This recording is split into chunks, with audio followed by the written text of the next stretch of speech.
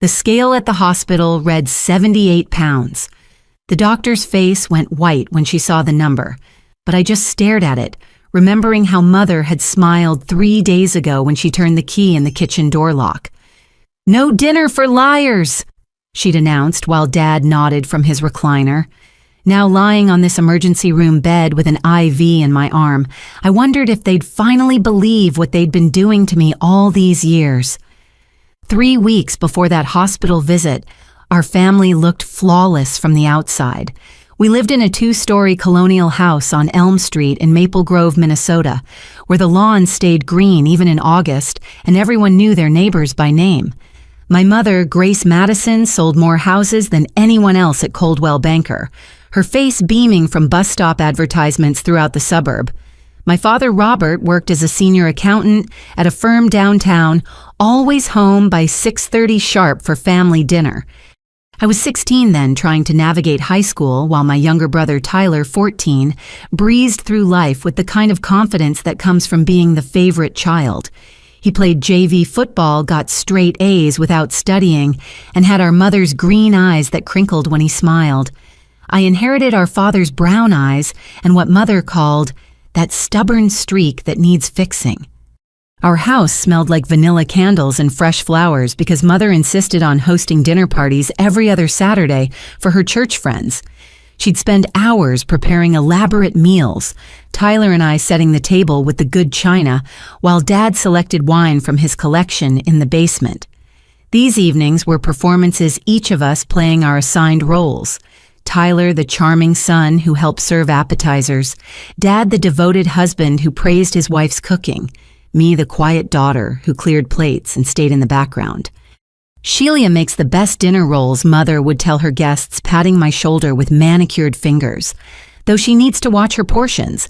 A young lady must maintain her figure." The women would nod knowingly while I forced a smile, my stomach already growling because Mother had decided I didn't need lunch that day. She had a way of making cruelty sound like care, wrapping her control in concern for my well-being. But the real performance happened after the guests left. Mother would inspect every surface for flaws, running her finger along the baseboards, checking the dishwasher for spots on the glassware. Tyler always disappeared to his room during these inspections, but I had to stay and endure her critiques. "The bathroom mirror has streaks," she'd say even when it gleamed. "Did you use the proper cleaner?" "Yes, Mother." "Don't take that tone with me. Your father works hard to provide this home. The least you can do is maintain it properly." Dad would be in his study by then, door closed, pretending not to hear. He'd emerged only when Mother's voice reached a certain pitch, placing a hand on her shoulder and murmuring something about everyone being tired. Everything changed the night I caught Tyler in Mother's room. I'd gone upstairs to grab my history textbook when I saw him through the crack in her door, his hand in her purse. He pulled out several $20 bills and shoved them in his pocket, then carefully zipped the purse closed. Our eyes met as he stepped into the hallway. For a moment, neither of us moved. Then he brushed past me, muttering something about minding my own business. I stood there, textbook forgotten, trying to process what I'd seen. Tyler had everything he wanted. Mother bought him new football cleats without him asking, slipped him extra money for movies with friends, never questioned when he needed cash for school events. Why would he steal from her? The answer came at dinner that night when he mentioned wanting to go to a concert in Minneapolis. "All my friends are going," he said, pushing peas around his plate. "Their parents already bought tickets." "Concerts are inappropriate for boys your age," Mother replied, slicing her chicken breast into precise pieces. "All that noise and those crowds. You're better off focusing on your studies." Tyler's jaw clenched, but he nodded. "Yes, ma'am." After dinner, while washing dishes, I made my decision. Mother stood at the kitchen island reviewing real estate listings on her laptop. Dad sat in the living room watching the news. Tyler had retreated to his room again, probably counting his stolen money. "Mother." I began drying a plate slowly. "I need to tell you something." She looked up, eyebrows raised. "If this is about needing new clothes again, we've discussed this. Your current wardrobe is perfectly adequate." "No, it's not that." I set the plate in the cabinet, gathering courage. Earlier today, I saw Tyler in your room. He was taking money from your purse. The silence stretched between us like a taut wire. Mother's face went through several expressions before settling on something cold and dangerous. Tyler, she called, voice sharp, come here immediately. He appeared in the doorway, earbuds dangling around his neck. Yeah. Your sister has made a serious accusation. She claims she saw you stealing from my purse. Tyler's eyes flicked to me, then back to Mother. That's crazy. I would never do that. I saw you, I insisted. This afternoon you took at least $60. She's lying. Tyler said, his voice steady. I was at football practice all afternoon. Coach can confirm it. Mother stood slowly walking around the island toward me. Sheila, I'm going to ask you once more. Are you absolutely certain about what you think you saw? I know what I saw. He was in your room going through your purse. The slap came so fast I didn't see it coming. My cheek exploded with heat as I stumbled backward, catching myself on the counter. Dad appeared in the kitchen doorway, newspaper still in hand, but he didn't move to help me. How dare you? Mother said, her voice low and controlled. How dare you try to tear down your brother with your jealous lies? I'm not lying. Tears stung my eyes from the pain and the injustice. Check your purse. Count the money. I don't need to check anything. I know my son. He's honest and hardworking, unlike someone who spends her time making up stories to get attention. Tyler stood behind her, and for just a second, I saw something like guilt flash across his face. Then it was gone, replaced by the confident smile he wore like armor. Maybe she's confused, he offered, playing the peacemaker. Maybe she saw me getting something else from your room. You did ask me to grab your reading glasses earlier. Mother's expression softened as she looked at him. Of course, that must be it. She turned back to me and the warmth vanished. Apologize to your brother. But I apologize now. I looked at Dad, still frozen in the doorway. He cleared his throat. Listen to your mother, Sheila. The betrayal cut deeper than the slap.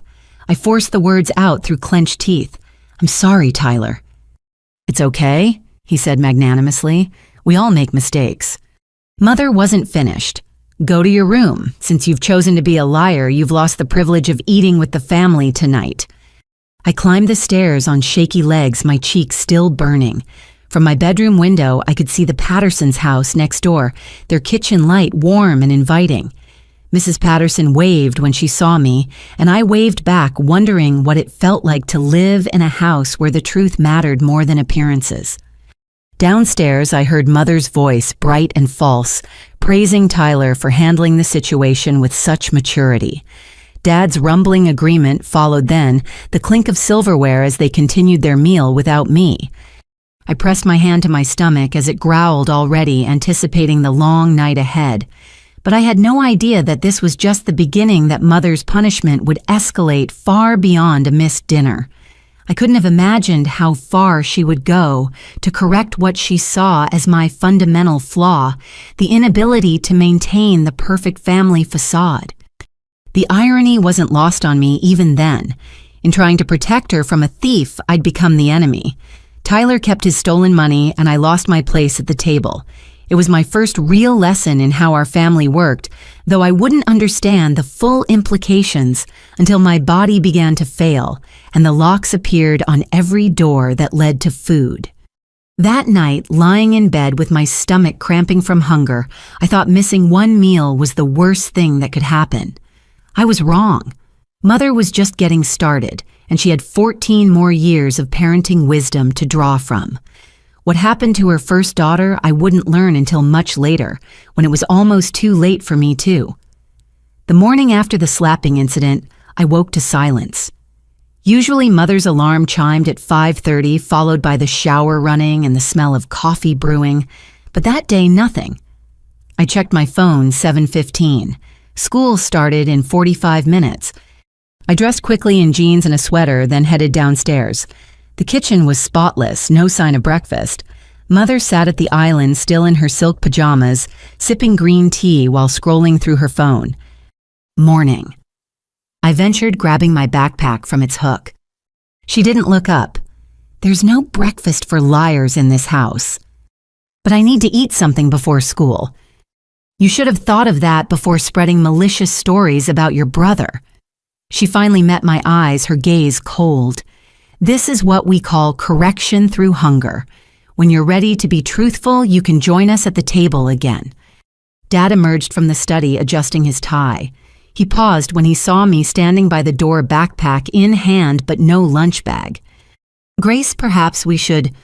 Robert, we discussed this. United front, remember? Mother's tone brooked no argument. He nodded, avoiding my eyes. Your mother knows best about raising children. She's read all the books. Tyler bounded down the stairs, freshly showered and smiling. Mother had prepared his usual breakfast, scrambled eggs, whole wheat toast, orange juice, and a banana. He ate while I watched each bite, feeling like a small betrayal. Better hurry, he said between mouthfuls. Bus comes in 10 minutes. I left without another word, my stomach already protesting. At school, I tried to focus on my classes, but hunger made everything fuzzy around the edges. By lunch period, I was dizzy enough that I had to grip my locker door for support. You okay? Mackenzie appeared beside me, her red curls bouncing as she tilted her head. We've been best friends since 6th grade when her family moved from Wisconsin. Just tired, I lied, closing my locker carefully. In the cafeteria, the smell of pizza and French fries made me nauseous with want. I sat at our usual table, pulling out my physics textbook to pretend I was studying. Where's your lunch? Mackenzie unwrapped her sandwich, homemade bread, thick with turkey and cheese. Forgot it at home. She immediately tore the sandwich in half, pushing part toward me. Here, my mom always packs too much anyway. I wanted to refuse, but my hands moved without permission, grabbing the sandwich and taking a huge bite. The turkey tasted like salvation. Slow down, Mackenzie laughed. You're gonna choke. We were halfway through sharing her apple slices when I felt eyes on us. Mother stood in the cafeteria doorway, her real estate blazer, pristine visitor's badge clipped to her pocket. Our eyes met across the crowded room. She walked toward us with measured steps, her heels clicking on the linoleum. Students parted for her like she was Moses at the Red Sea. When she reached our table, she smiled, but it didn't reach her eyes. Sheila, sweetie, what a lovely surprise. Mom, what are you doing here? I had a showing nearby and thought I'd check on my daughter. Her gaze landed on the sandwich wrapper, the apple slices, Mackenzie's guilty expression. I see you've been taking advantage of your friend's generosity. I forgot my lunch. Mackenzie was enabling your manipulation. How embarrassing for her.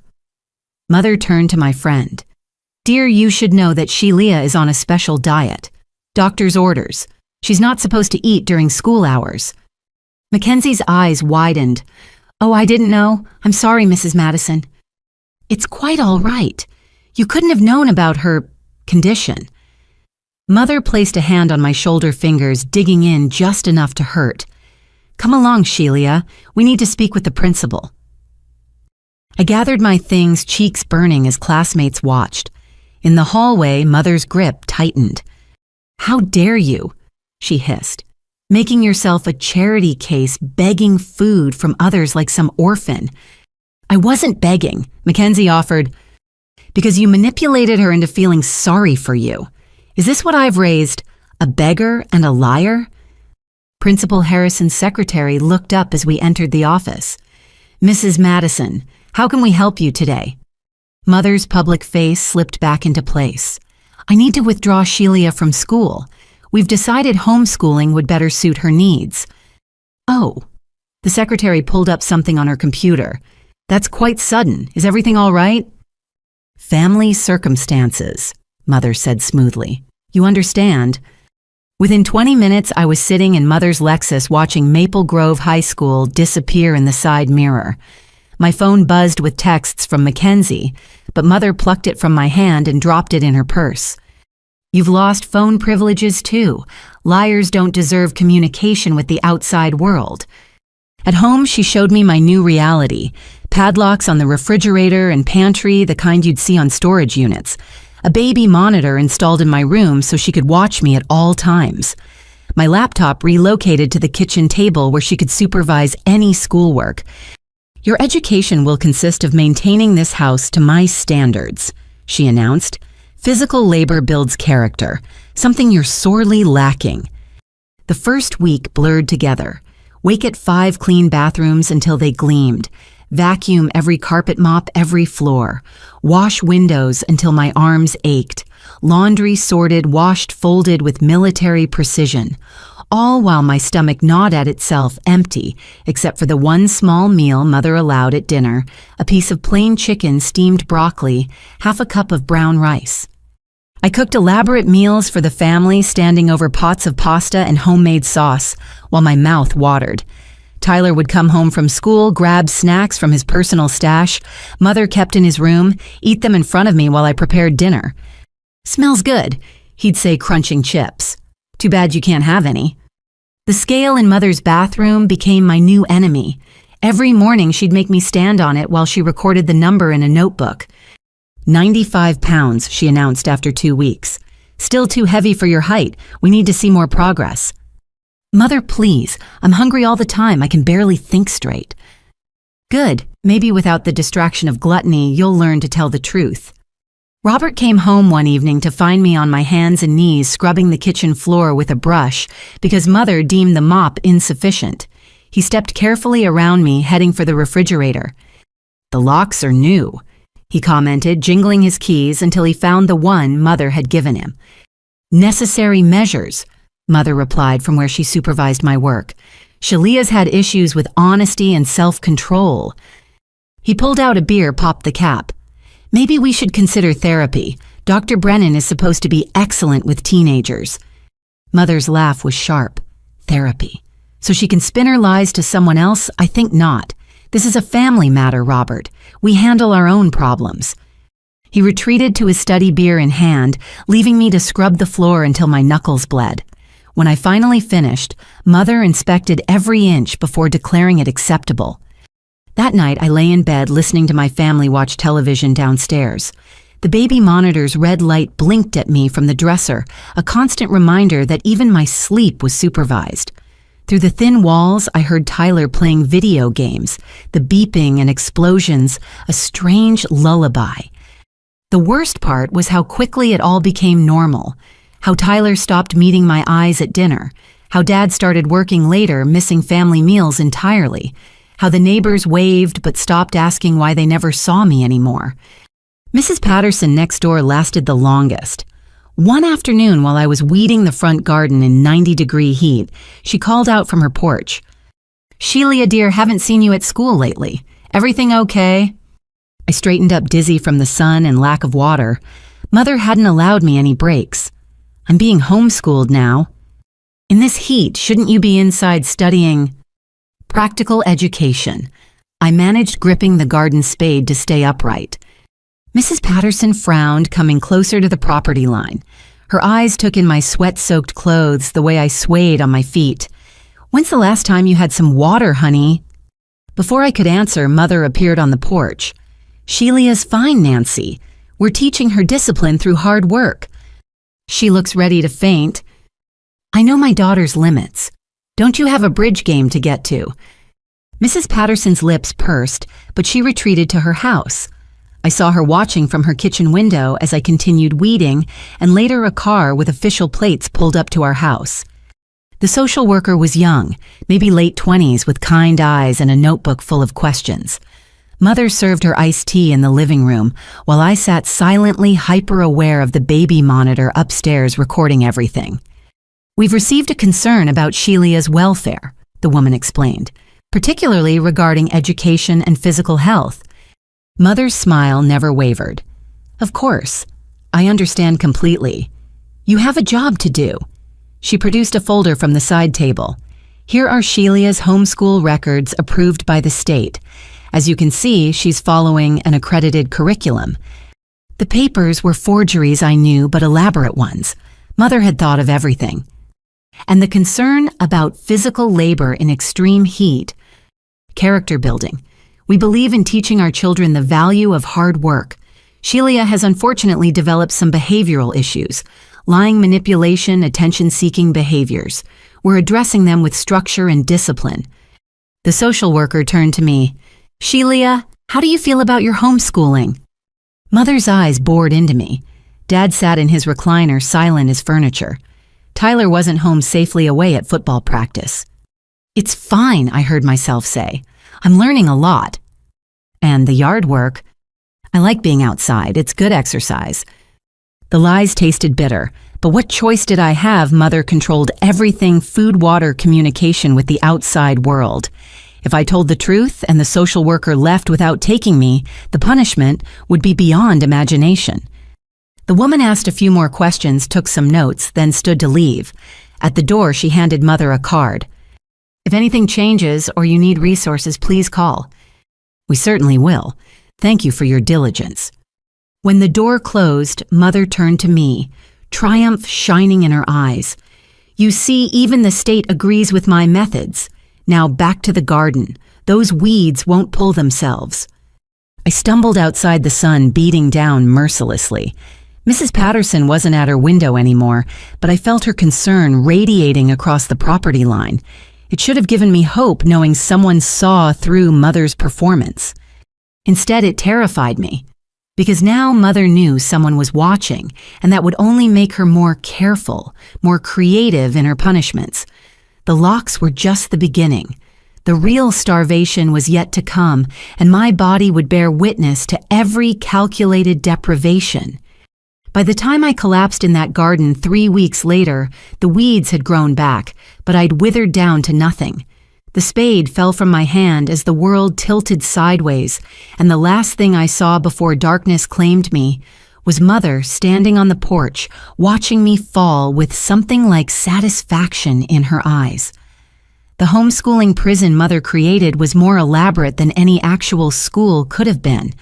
She'd converted the spare bedroom into what she called the classroom.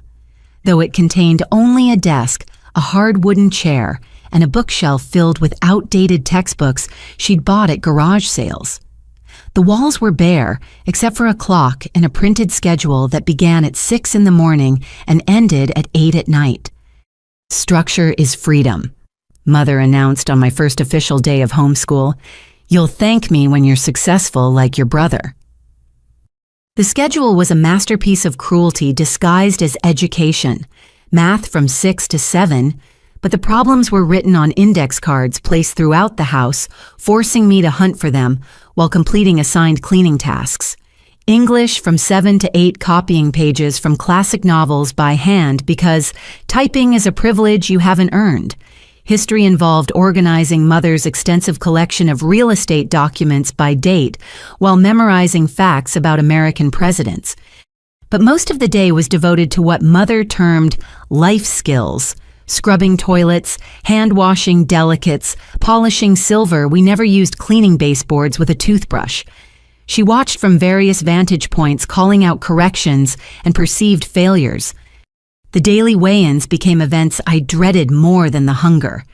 Each morning at 5:45, before any water or the meager breakfast she sometimes allowed, I stood on her bathroom scale while she recorded the number. 92 pounds, she said after the 3rd week, tapping her pen against the notebook. Better, but you're still too heavy. Your bones aren't showing properly. Mother, the doctor, said my healthy weight should be... Doctors don't live with you. They don't see your laziness, your tendency toward gluttony. She closed the notebook with a snap. Today you'll have water and 1 apple. Nothing else until you show proper gratitude. The apple was brown and mealy, probably from the back of the refrigerator where forgotten fruit went to die. I ate it core, and all, even the seeds, while cleaning windows in the August heat. My reflection in the glass showed someone I barely recognized: hollow cheeks, protruding collarbones, arms like sticks. Tyler found me that afternoon reorganizing the garage, a punishment for missing a cobweb in the guest bathroom. He stood in the doorway eating a submarine sandwich lettuce, crunching with each bite.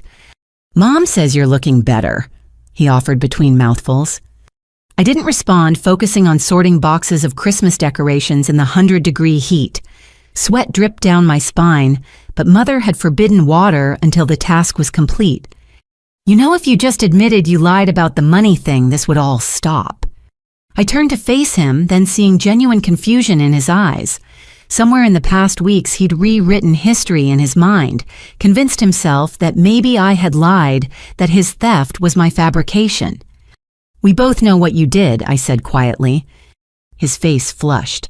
"I didn't. Look, even if I had taken some money, which I didn't, it wouldn't be a big deal. It's not like they can't afford it." "So you did take it?" "That's not what I said." He crumpled the sandwich wrapper, throwing it at my feet. "God, you're impossible. No wonder Mom has to discipline you like this." He stormed off, leaving me to pick up his trash. By the time I finished the garage, my vision was swimming. I made it to the kitchen sink, turned on the faucet, and drank directly from the tap like an animal. "What do you think you're doing?" Mother's voice made me choke. Water dribbled down my chin as I turned to face her. "I finished the garage. You said I could have water when—" I said water would be provided when you completed your tasks satisfactorily. She walked to the sink, running her finger along the edge. "This hasn't been cleaned yet. The garage was only part of today's assignments." She produced a padlock from her pocket, securing it around the faucet handle. "Since you can't follow simple instructions, you've lost unsupervised water privileges." That night, Robert came home to find me passed out on the kitchen floor. I woke to him splashing water on my face, his expression panicked. Grace, something's wrong with Sheila." Mother appeared in the doorway, calm as ever. "She's being dramatic. Probably held her breath until she fainted. I've read about teenagers doing that for attention. She needs a doctor." "She needs discipline. Really, Robert, you can't fall for these manipulation tactics." He helped me sit up, and for a moment I thought he might actually stand up to her. His hands shook as he held the water glass to my lips. But then Mother started crying, perfect tears rolling down her cheeks. "I'm trying so hard to help her," she sobbed. "But you undermine me at every turn. How can I fix what's broken if you won't support me?" Robert's resolve crumbled. He set down the water glass, went to comfort his wife. "I'm sorry, you're right. I worry." "I worry too. That's why I'm doing this. Do you think I enjoy watching her struggle? But sometimes love means being strong enough to do what's necessary." They left me on the floor while they discussed my manipulation tactics. I crawled to my room eventually, each movement an effort. The baby monitor blinked at me as I collapsed on my bed, and I wondered if anyone was actually watching or if the red light was just another form of control. The next morning brought a new development. Mother had installed a chain on my bedroom door, the kind hotels use. It allowed the door to open 3 inches, enough for her to pass through the single meal I was allowed, but not enough for me to squeeze through. "This is for your safety," she explained, demonstrating how the lock worked. "So you won't sleepwalk to the kitchen and hurt yourself." Days blurred together in that room. I'd wake to the sound of the chain rattling as Mother slid in a tray with whatever she'd decided I deserved, sometimes a piece of toast, sometimes just broth. Once nothing but ice cubes that I sucked on desperately. The textbooks gathered dust as education became survival. Through my window, I watched the neighborhood continue its rhythms. Kids rode bikes down the sidewalk. Mrs. Patterson tended her garden, occasionally glancing toward our house, with worry creasing her features. The mailman delivered packages that Mother signed for with a smile. One afternoon, the doorbell rang while I was attempting to complete math problems with a brain foggy from malnutrition. I heard voices downstairs, Mother's measured tones, and another woman's concerned questions. "Nancy Patterson told me Shalia's been absent from school. I wanted to check in, see if you need any support." It was Mrs. Williams, the pastor's wife from our church. "How thoughtful of you to come by," Mother replied. "Shalia's been struggling with some behavioral issues. We felt homeschooling would provide the structure she needs. I'd love to see her if that's possible. The youth group misses her." "She's resting right now. The medication makes her drowsy." "Medication. For her condition, you understand." There was a pause. Then Mrs. Williams said, "Grace, I've known you for 5 years. If something's wrong, if you need help with Sheila, our church is here for you. Everything's under control, but I appreciate your concern. Would you like some banana bread? I just made it fresh." They moved away from the staircase, voices fading. I pressed my face to the 3-inch gap in my door, hoping to catch Mrs. Williams' attention if she passed by, but the chain held firm. That evening, Tyler brought my dinner tray. Through the gap, I could see he'd grown taller in the weeks since school started his football training, adding muscle to his frame. He slid the tray through carefully a small portion of rice and a few green beans. "Mom says you need to eat slowly," he informed me, "and she wants the tray back in exactly 30 minutes. "Tyler, please, I need help. This isn't normal." He shifted uncomfortably. "Mom says you'll say anything to manipulate me, that it's part of your sickness." "What sickness? I'm not sick, I'm starving." "See, that's exactly what she said you'd claim." He backed away from the door. 30 minutes or she'll take tomorrow's meal away too." I ate the rice grain by grain, trying to make it last. Outside, I heard the family watching television, Tyler laughing at some comedy show. The normalcy of it felt surreal. How could they sit there enjoying sitcoms while I wasted away behind a chain door? Later that night, unable to sleep from hunger pains, I heard whispers from my parents' room. Dad's voice carried through the walls. "She's lost so much weight, Grace. Maybe we should reconsider." "That's exactly what she wants, for you to doubt the process. Do you want her to end up like Emma?" Emma. The name hung in the air like a ghost. I'd never heard it before, but something in Mother's tone suggested significance. "That was different," Dad said after a moment. "Was it the lying, the manipulation, the refusal to respect authority? It's the same pattern, Robert, but this time I know better. This time I won't make the same mistakes."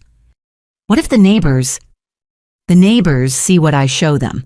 A troubled teenager getting the help she needs from devoted parents. No one questions a mother's love. Their voices faded, leaving me with more questions than answers. Who was Emma? What mistakes had Mother made before? And how far would she go to avoid making them again? I curled into myself on the narrow bed bones, aching against the thin mattress. 85 pounds she'd announced that morning, satisfaction coloring her voice. Still too much, apparently. Always too much, no matter how little of me remained. The baby monitor watched me with its unblinking red eye as sleep finally claimed me. In my dreams, I was sitting at a dinner table laden with food, but every time I reached for something, the plates moved further away. Mother sat at the head of the table, smiling as she ate, while a girl I'd never seen before sat beside her, transparent as glass, whispering a name I couldn't quite hear. I woke to the chain rattling and another day of measured starvation beginning. But something had shifted in the night. The name Emma echoed in my mind, a mystery that might hold the key to understanding Mother's methodical madness. I just had to survive long enough to uncover the truth. September arrived with a heat wave that turned our house into an oven. Mother refused to run the air conditioning during the day, claiming it was wasteful when only 2 people were home. She spent her mornings at the real estate office, returning by noon to supervise my education and ensure I hadn't found a way around her locks and chains. At 83 pounds, my body had begun eating itself. Hair fell out in clumps when I tried to brush it. Purple bruises bloomed from the slightest pressure. My period had stopped months ago, which Mother called a blessing less mess for you to clean up. The afternoon I fainted in the bathroom changed everything. I'd been scrubbing the tub with a brush, the chemical fumes making my empty stomach churn. The porcelain needed to gleam. Mother had found a water spot that morning and withheld my breakfast as punishment. My vision tunneled as I leaned over the edge, and suddenly the world tilted sideways. My head struck the faucet on the way down. Pain exploded through my skull as I crumpled into the tub, limbs tangled like a broken doll. Blood seeped from the gash above my eyebrow, dripping into the drain I'd just cleaned. Time passed in fragments. The bathroom door opening. Mother's sharp intake of breath. Not concern, but annoyance. "Get up," she commanded. "You're getting blood on the porcelain." I tried to move, but my legs wouldn't cooperate. She grabbed my arm, hauling me upright. The room spun violently, and I vomited bile onto her shoes. Her slap sent me back to the floor. "Disgusting! Clean that up immediately." "I can't," I whispered. "Please, I need a doctor." You need to stop being dramatic. But something in my appearance must have worried her because she grabbed a washcloth, pressing it roughly against my head wound. Hold this and don't move. She left me propped against the bathroom wall while she cleaned up the mess, muttering about ungrateful children and ruined shoes. The washcloth quickly soaked through with blood. Tyler found us there when he got home from school. His face went white as he took in the scene. Me slumped against the wall, blood staining my shirt, Mother scrubbing the floor with vicious strokes. Holy crap, what happened? Your sister had an accident. Nothing serious. Mother didn't look up from her cleaning. She's bleeding everywhere. Head wounds bleed. It's superficial. Tyler knelt beside me, his hands hovering uncertainly. Sheila, can you hear me? I managed a nod, though the movement sent lightning through my skull. Mom, she needs stitches. We have to take her to urgent care. Absolutely not. I'm not spending hundreds of dollars because she can't watch where she's going. But, Tyler, go to your room. This doesn't concern you. For once, he didn't immediately obey. It does concern me. She's my sister. Mother stood slowly, the bloody rag dripping in her hand. Your sister is sick, Tyler. Mentally sick. This is just another attempt to manipulate us into giving her attention. Don't fall for it. Falling and hitting her head is manipulation. The falling was real. The dramatics afterward are calculated. She fixed him with the stare that usually ended arguments. Do you want to end up enabling her behavior? Is that the kind of man you want to be? Tyler looked between us, torn between his growing conscience and years of conditioning. Finally, his shoulders slumped. No, ma'am. Good. Now go start your homework. Dinner will be ready at 6. He cast one more glance at me before leaving. In his eyes, I saw the war between what he knew was right and what was easier to believe. Easier won, as it always did in our house. Mother fashioned a butterfly bandage from tape and gauze, pulling the wound closed, with enough force to make me cry out. There. Good as new. Now get up and finish the bathroom. Then you can start dinner. Standing required using the wall for support. The room swayed as I reached for the cleaning supplies, but Mother was already heading downstairs, satisfied that the crisis had passed. I finished the bathroom in a haze, then stumbled to the kitchen to prepare dinner. My hands shook as I peeled potatoes, the knife slipping dangerously. At the stove, I gripped the counter to stay upright while browning meat for the shepherd's pie Mother had requested. Smells good, Tyler commented from the doorway. He'd changed out of his school clothes into shorts and a t-shirt, his hair still damp from the shower. I didn't trust my voice to respond.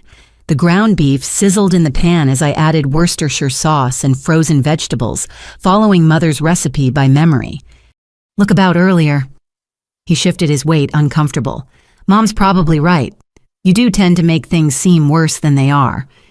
The spoon slipped from my numb fingers, clattering against the pan.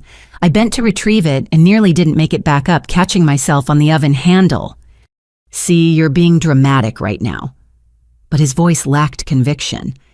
I turned to face him, letting him see what I'd become. The skeletal arms, the hollowed cheeks, the bandage already seeping blood. When did you start believing her lies? He flinched. They're not lies. You're sick. She's trying to help you. By starving me. By teaching you discipline. Self-control. All the things you lack.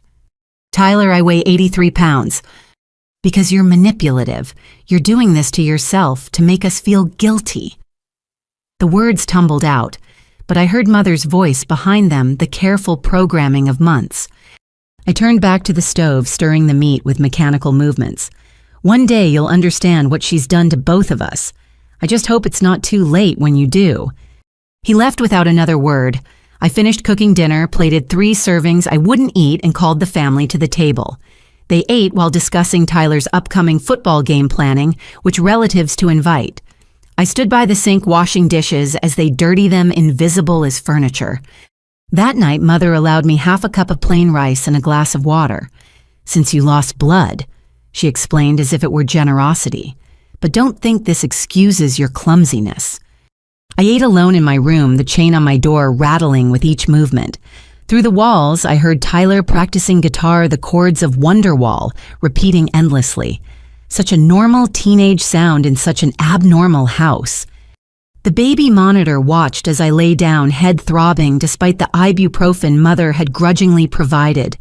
Sleep came in fragments broken by pain and hunger and the growing certainty that I was disappearing.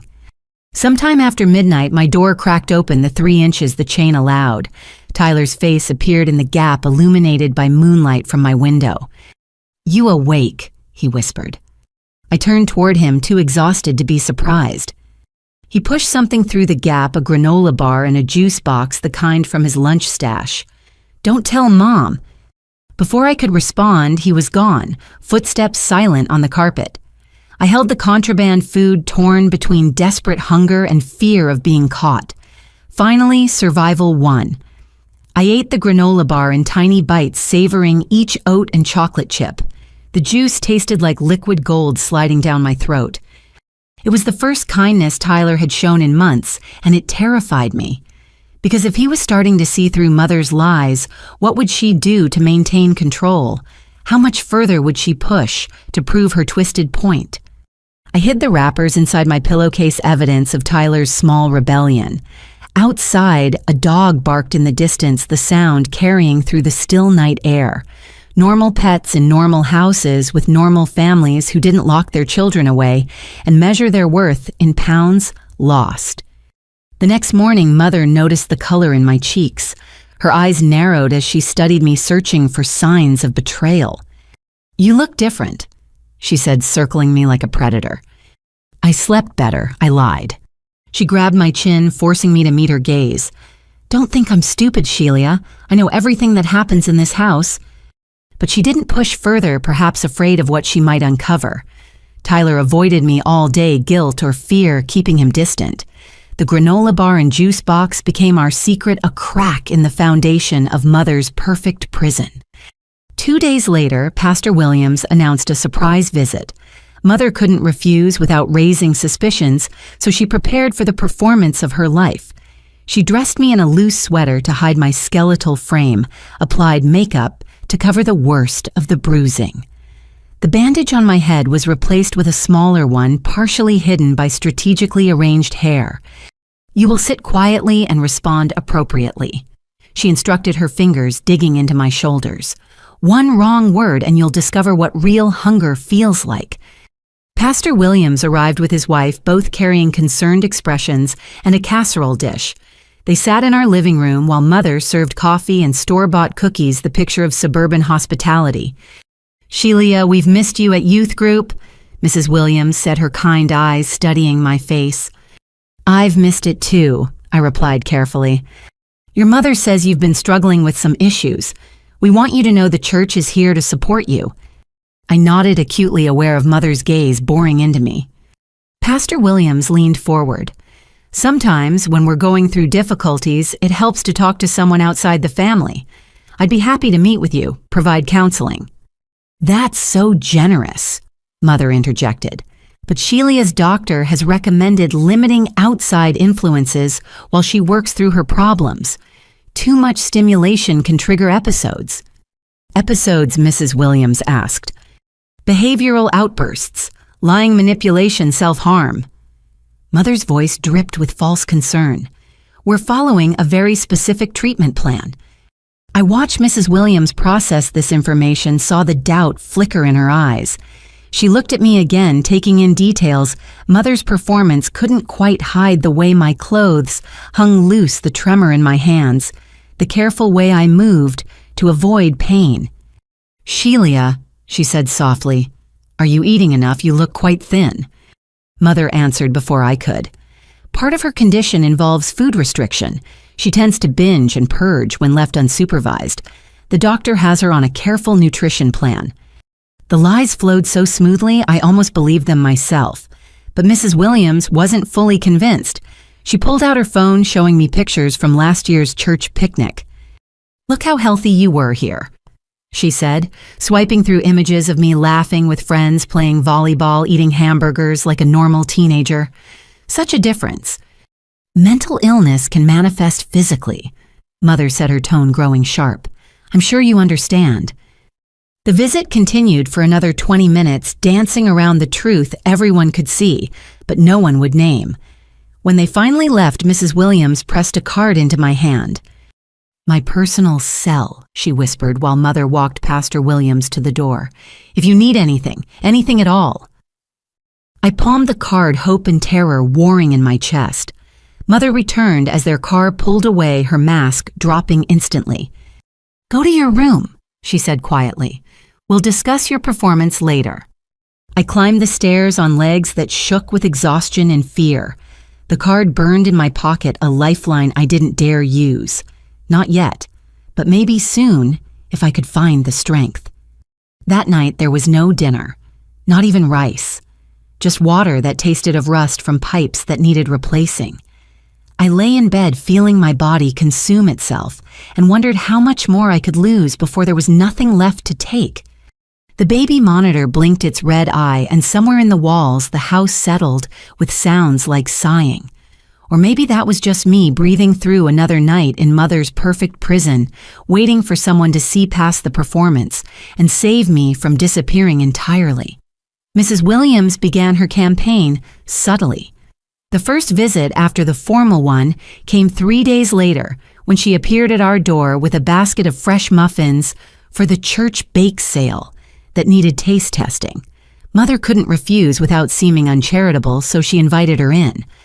Sheila should try one, Mrs. Williams suggested, holding out a blueberry muffin that smelled like heaven. Young people have the best palates for these things. Mother's jaw tightened. Sheila's on a restricted diet, doctor's orders. Surely one bite wouldn't hurt for the church. It was a masterful trap. Mother prided herself on her standing in the congregation. To refuse would seem petty and controlling. She nodded stiffly, and I took the offered muffin with trembling hands. That first bite nearly made me cry. Butter and sugar and plump berries burst on my tongue. I chewed slowly, making it last while Mrs. Williams watched with poorly concealed concern. "Delicious," I managed. "Take another," she urged, but Mother intervened. "That's enough. We wouldn't want to upset her stomach." Mrs. Williams left the remaining muffins for later. Though we all knew Mother would throw them away the moment she left, still that single muffin felt like a victory. The visits increased in frequency. Bible study materials that needed reviewing, church newsletters requiring feedback, fabric samples for new choir robes that demanded multiple opinions. Each time Mrs. Williams found ways to slip me small bits of food, a handful of crackers, a piece of fruit, half a sandwich she couldn't finish. Mother grew increasingly agitated, but couldn't find a way to ban the pastor's wife without revealing her hand, so she tightened control in other ways. The chain on my door was reinforced. My bathroom breaks were supervised. The baby monitor gained a companion that covered more angles of my room. One afternoon while I was cleaning the garage again, Mrs. Williams appeared at the side door. Mother was showing a house across town not due back for hours. "Quickly," Mrs. Williams said, producing her phone. "Let me document this." I stood frozen as she snapped photos, my protruding ribs, visible through my thin shirt, the bruises covering my arms the way my shorts hung loose on hip bones that jutted out like shelves. "This is evidence," she explained, typing notes rapidly. "I've been keeping records of every visit, every observation. My husband thinks I'm overreacting, but I know abuse when I see it." "She'll find out," I whispered, glancing toward the baby monitor mounted in the corner. Mrs. Williams followed my gaze and frowned. "She watches you even out here. Everywhere, always." "This is worse than I thought." She pulled a protein bar from her purse, pressing it into my hand. "Eat this now while I'm here. I'll take the wrapper with me." I devoured the bar in desperate bites while she stood guard. The protein and calories hit my system like a drug, making me dizzy with relief. "Listen carefully," she said when I finished. "I'm building a case, but I need more proof, and I need you to be ready. Can you tell me about any previous incidents? Anything that shows a pattern?" The name rose in my throat like bile. She mentioned someone named Emma, said she made mistakes before and wouldn't make them again. Mrs. Williams went very still. "Emma, did she say anything else?" Just that I was showing the same pattern, lying manipulation, but I don't know who Emma is. I'll look into it. She glanced at her watch. I should go before she returns. But Shalia, I want you to know you're not alone. We're going to get you out of this. After she left, I continued cleaning the garage with renewed energy from the protein bar. Hope felt dangerous in this house, but I couldn't help nurturing the small flame Mrs. Williams had lit. Tyler found me there an hour later. He stood in the doorway, backpack slung over one shoulder, expression unreadable. Was that Mrs. Williams I saw leaving? My heart stopped. She was asking about the church newsletter. In the garage. She saw me through the window and came to say hello. He studied me for a long moment. Then he reached into his backpack and pulled out a water bottle, tossing it to me. It's got electrolytes. Coach gave us extras. I caught it clumsily, staring at this second act of kindness from my brother. Tyler, I'm not blind, he said quietly. I see what's happening. I don't know what to do about it. You could tell someone. A teacher, a counselor. Tell them what that mom's strict, that she's got you on a diet. He shook his head. They'd never believe it. She's Grace Madison's super realtor and church volunteer, and I'm just a kid. Mrs. Williams believes it. Yeah, well, she's been around Mom longer than most. He turned to leave, then paused. That stuff Mom says about you being sick in the head, I used to believe it. Made things easier, you know. But watching you waste away, that's not mental illness. That's something else. He left before I could respond. I drank the sports drink slowly, savoring the sweet, salty taste and the fact that both Tyler and Mrs. Williams had risked Mother's wrath to help me. Maybe I wasn't as alone as I'd thought. That evening, Mother came home in a foul mood. The showing had gone poorly, the clients deciding the house was overpriced. She took her frustration out on the kitchen, finding flaws in how I'd organized the spice rack and water spots on glassware that had been pristine that morning. Incompetent, she muttered, re-washing dishes I'd already cleaned. I'm surrounded by incompetence. Dad arrived home earlier than usual, carrying Chinese takeout. The smell of orange chicken and fried rice made my stomach cramp with want. Thought I'd save you from cooking tonight, he said, setting the bags on the counter. Mother's eyes flashed. I had a meal planned. Sheila was going to prepare it as part of her life skills education. Well, now she doesn't have to. He began unpacking containers, oblivious to the tension. I got extra spring rolls, her favorite. She's not having any. We've discussed this, Robert. Consistent boundaries. He paused, container in hand. It's just dinner, Grace. It's never just dinner.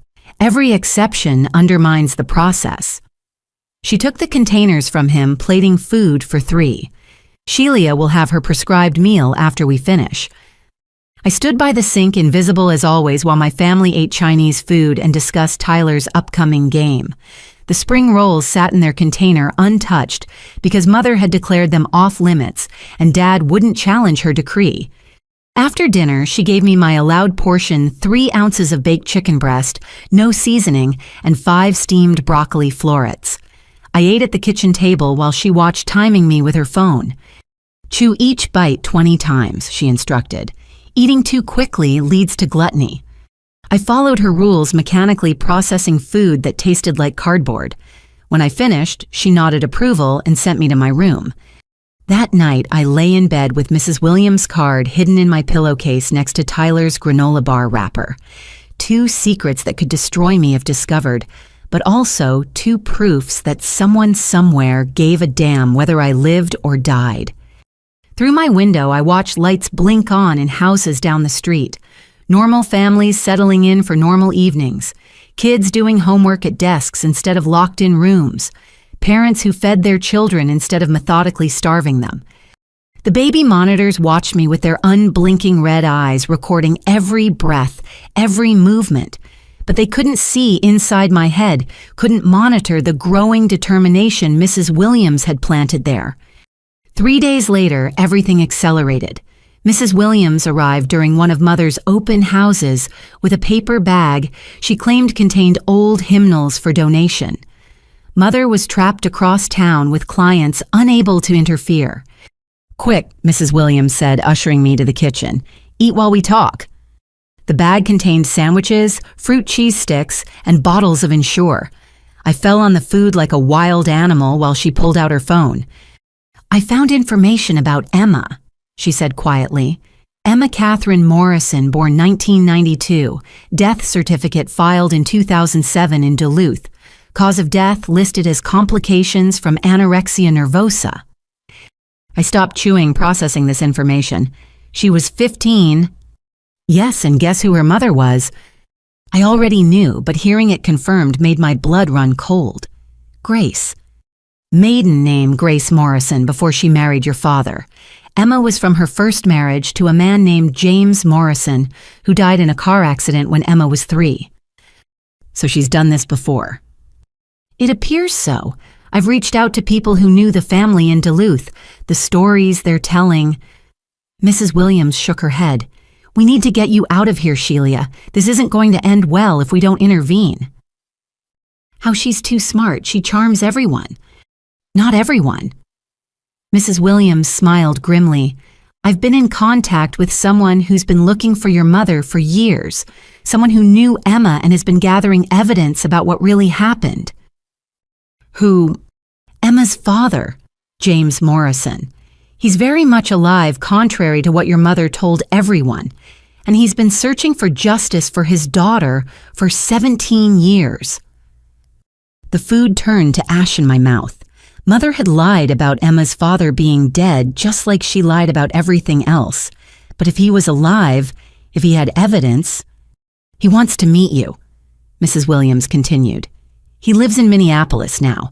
He's been tracking your mother since Emma died, building a case.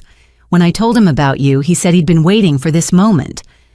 She'll never let me leave the house. We're working on that. My husband is finally on board after seeing my documentation.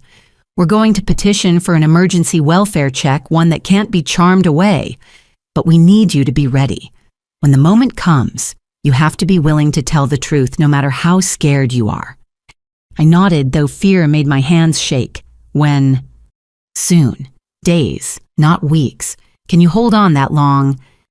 "I'll try." She packed up the food wrappers, leaving me with several bottles of Ensure hidden behind cleaning supplies under the sink. "Stay strong, Sheila. Emma didn't have anyone fighting for her. You do." After she left, I returned to my assigned cleaning tasks, but my mind raced with possibilities.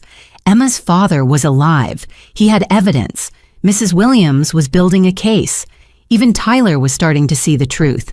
The walls of Mother's perfect prison were developing cracks. That night at dinner, Mother seemed distracted. She picked at her food occasionally, glancing at her phone with a frown. "Something wrong?" Dad asked. "Just work. Some clients from the past reaching out with questions." She set her phone aside, but I caught the flash of concern in her eyes. "It's nothing important." But I wondered if it was James Morrison, Emma's not-dead father, finally making contact after all these years. The thought gave me strength as I stood by the sink washing dishes while my family ate. Change was coming. I could feel it in the air like electricity before a storm.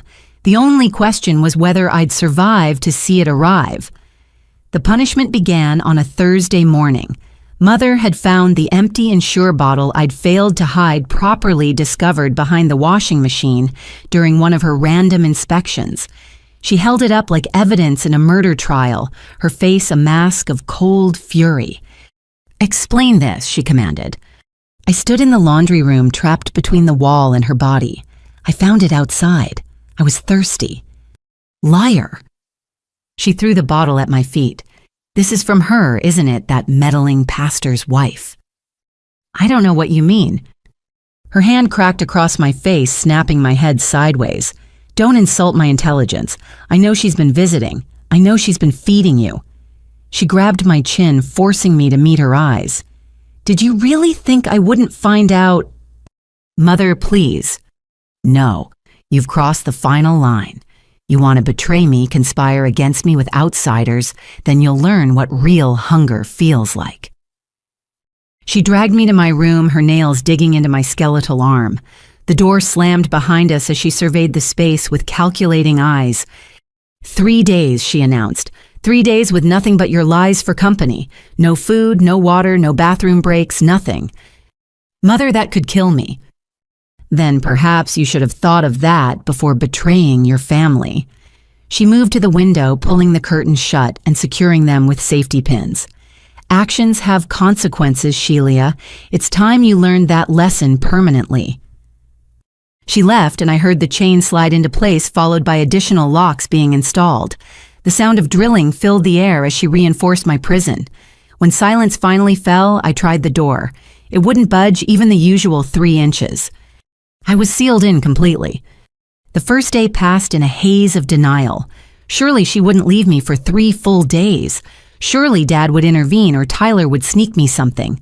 But as hours crawled by with no sound from beyond my door, reality set in.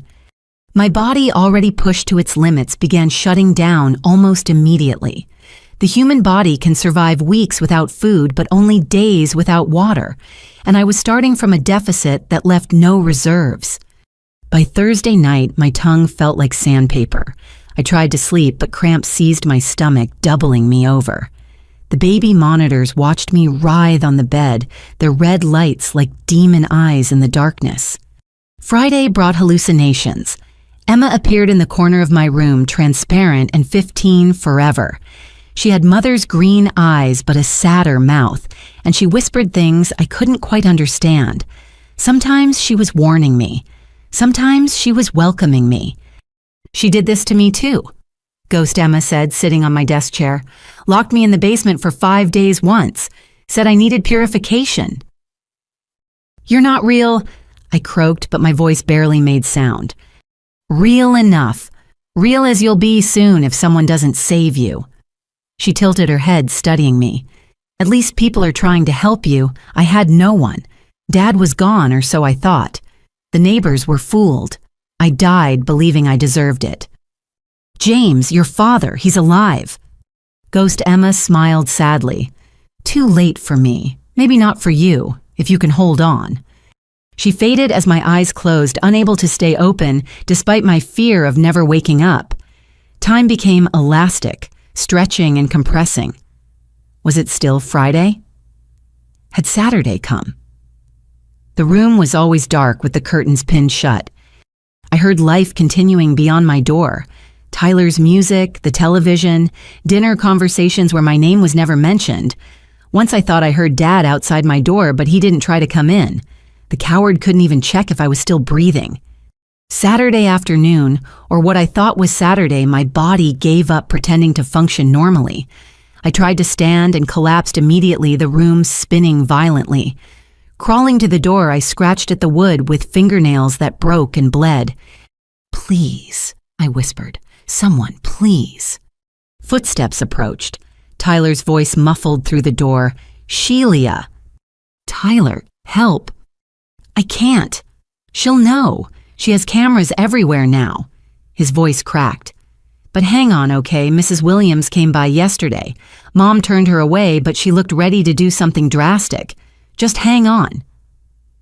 He left, and I lay on the carpet where I'd fallen, lacking the strength to crawl back to bed. The texture of the floor felt strange against my cheek, like I was floating above it rather than pressed against it. Ghost Emma returned clearer now. Your organs are starting to fail. Kidneys first, usually. Then the heart gives out. That's how I went. Heart just stopped trying. Shut up, I mouthed, but she kept talking. Mom held my hand at the end. Cried real tears and everything. Told the doctors she'd tried everything to save me from my illness. They believed her. Everyone always believes her. Darkness crept in from the edges of my vision. My breathing became shallow, each inhale an effort. Somewhere in the house, Mother was probably cooking dinner, filling the air with smells I'd never taste again. Is this it? I asked Ghost Emma. Is this how it ends? But she was gone, replaced by memories that felt more real than the present. Birthday parties when I was small before Tyler was born. Mother pushing me on a swing. Her laugh genuine then. Dad teaching me to ride a bike. When had it all gone wrong? When had I become something to fix instead of someone to love? Time skipped forward. Suddenly it was dark again, but different dark. Night, dark. Sunday night. The thirst had moved beyond pain into a strange numbness. My heartbeat felt wrong, too fast, then too slow, like a drummer who'd forgotten the rhythm. Voices downstairs, loud ones, not the family's usual tones. I tried to focus, but my brain wouldn't cooperate. Was that Pastor Williams, Mrs. Williams? Why were they here so late? Haven't seen her in 3 days. Concerned, welfare check. Mother's voice sharp with indignation. Sleeping, medication, inappropriate hour. Then wake her up. That was definitely Mrs. Williams. We'll wait right here until you do. Footsteps on the stairs, multiple sets, the locks on my door rattling. Mother appeared in the doorway, backlit by hall light that seared my eyes. "Get up," she hissed. "We have visitors." I couldn't move, couldn't speak, could barely breathe. "Sheila Marie Madison, you get up this instant and—" She stopped, finally seeing what 3 days had done. The puddle beneath me where my bladder had given up. The blood on my fingers from clawing at the door. The way my chest barely rose and fell. "Oh my God." Mrs. Williams pushed past Mother, falling to her knees beside me. "Call 911. Now." She's being dramatic. "Call them now," Mrs. Williams roared with a fury I didn't know she possessed. "Or I will, and I'll tell them exactly why we're here." Pastor Williams already had his phone out. I heard him giving our address, saying words like unconscious and medical emergency and possible abuse. Mother tried to take control of the narrative. "She has an eating disorder. She does this to herself. I've been trying to get her help." "Stop talking." Mrs. Williams cradled my head in her lap, her fingers gentle on my neck, checking for a pulse. "Just stop. We know about Emma. We know everything." Mother went very still. In the hallway, Tyler appeared, his face white with shock. Dad stumbled up behind him, reeking of alcohol, finally driven from his study by the commotion. "What's happening? Why are there people in our house?" "Your daughter is dying," Pastor Williams said flatly. "That's what's happening." The sirens came fast, filling the night with sound and light. Paramedics thundered up the stairs, professional voices, cutting through Mother's attempts to explain. They moved me to a gurney, started IVs attached monitors that beeped alarmingly. 78 pounds, one of them announced. "Severe dehydration, possible organ failure. We need to move now." As they carried me out, I caught a glimpse of our perfect suburban home from the outside. Neighbors stood on their lawns watching the spectacle. Mrs. Patterson had her hand over her mouth, tears on her cheeks. She'd been right to worry, right to call social services that first time. If only they'd listened. The ambulance doors closed on Mother's face, her mask finally shattered, revealing something raw and ugly underneath. The last thing I heard before unconsciousness claimed me was Tyler's voice, high and broken. "Mom, what did you do? What did you do?" Then there was nothing but darkness and the distant sound of sirens racing through the night, carrying what was left of me away from the perfect prison where I'd learned that love could be the deadliest weapon of all. The hospital ceiling had exactly 47 tiles. I knew because I counted them over and over as consciousness returned in waves. The beeping of machines provided a rhythm proof that my heart hadn't given up, even when the rest of me had. "She's awake," someone said, and faces appeared above me. A doctor with kind brown eyes behind wire-rimmed glasses. A nurse checking IV bags that fed life back into my veins. And behind them, Detective Amanda Morrison, whose name I'd learned soon enough. "Sheila, I'm Dr. Martinez," the doctor said gently. "You're at Maple Grove Hospital. You're safe now. Do you understand?" I tried to nod, but my neck felt disconnected from my brain. My throat was too dry for words despite the IVs pumping fluids into my dehydrated body. "Don't try to talk yet," the nurse advised. "Your body's been through severe trauma. It needs time." But the detective stepped forward, badge visible on her belt. "I'm sorry to do this now, but time is crucial. Sheila, I need to photograph your injuries for evidence. Is that okay? Evidence. The word penetrated the fog in my brain. I managed the slightest nod. She worked methodically, documenting everything. The bruises layering my arms in various stages of healing. The infected scratches on my fingers from clawing at the door. The protruding bones that showed through tissue paper skin. Each click of her camera felt like validation proof that this had really happened, that I hadn't imagined the horror. Jesus Christ, she muttered at one point, then caught herself. Sorry, it's just, in 15 years of child abuse cases, this is one of the worst I've seen. Dr. Martinez returned with a woman in a white coat who radiated competence and controlled anger. Sheila, this is Dr. Sarah Chen, our head nutritionist. She'll be overseeing your recovery. Dr. Chen pulled up a chair, her expression serious but warm. I've reviewed your initial tests. Your body has been in starvation mode for months. Your organs are stressed but still functioning, which is miraculous given your condition. However, we need to be very careful about refeeding. Too much food too fast could actually kill you. The irony wasn't lost on me. Mother had nearly killed me with starvation, and now food itself was dangerous. We'll start with special formulas through your IV, she continued. Small amounts of liquid nutrition. Your stomach has shrunk significantly, and your digestive system needs to remember how to process nutrients. This is going to be a long journey, Sheila, but you will recover. I promise you that. The door opened, and my parents appeared, Mother still in the clothes she'd worn to church that morning, Dad looking rumpled and lost. Detective Morrison stepped between them and my bed like a guardian. You can see she's alive, the detective said coldly. That's all you get for now. She's our daughter. Mother protested, her public persona trying to reassert itself. We have rights. You have the right to remain silent, Morrison interrupted, which I strongly advise you exercise. Hospital security will escort you to the waiting room where officers are ready to take your statements. This is ridiculous. Sheila has a documented eating disorder. We've been trying to help her with padlocks on the refrigerator, with chains on her door, with baby monitors to watch her every move. Morrison's voice could have cut glass. Save it for your lawyer, Mrs. Madison. You're going to need a good one. Dad finally spoke, his voice hollow. Can we at least know if she'll be okay?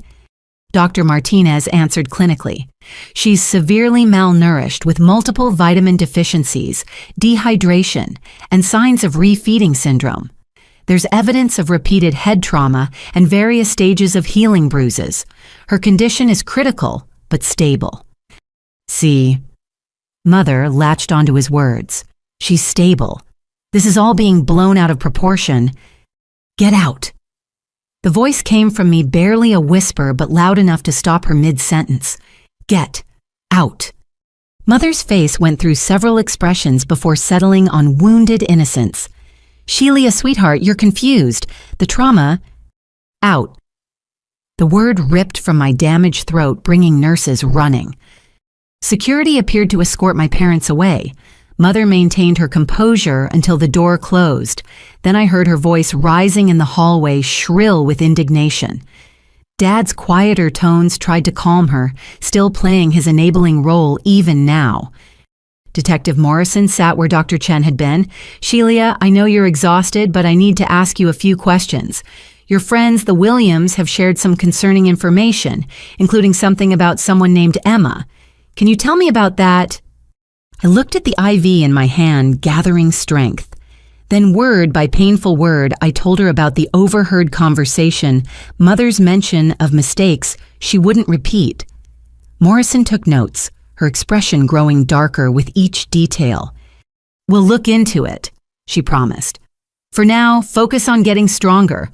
We've got a social worker coming to discuss temporary placement once you're medically stable. You won't be going back to that house.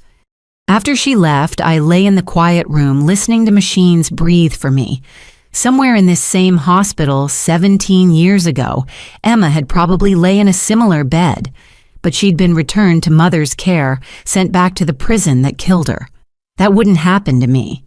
Too many people had seen the truth now. Dr. Chen returned that afternoon with my first meal, a few ounces of clear liquid that tasted like chicken broth mixed with vitamins.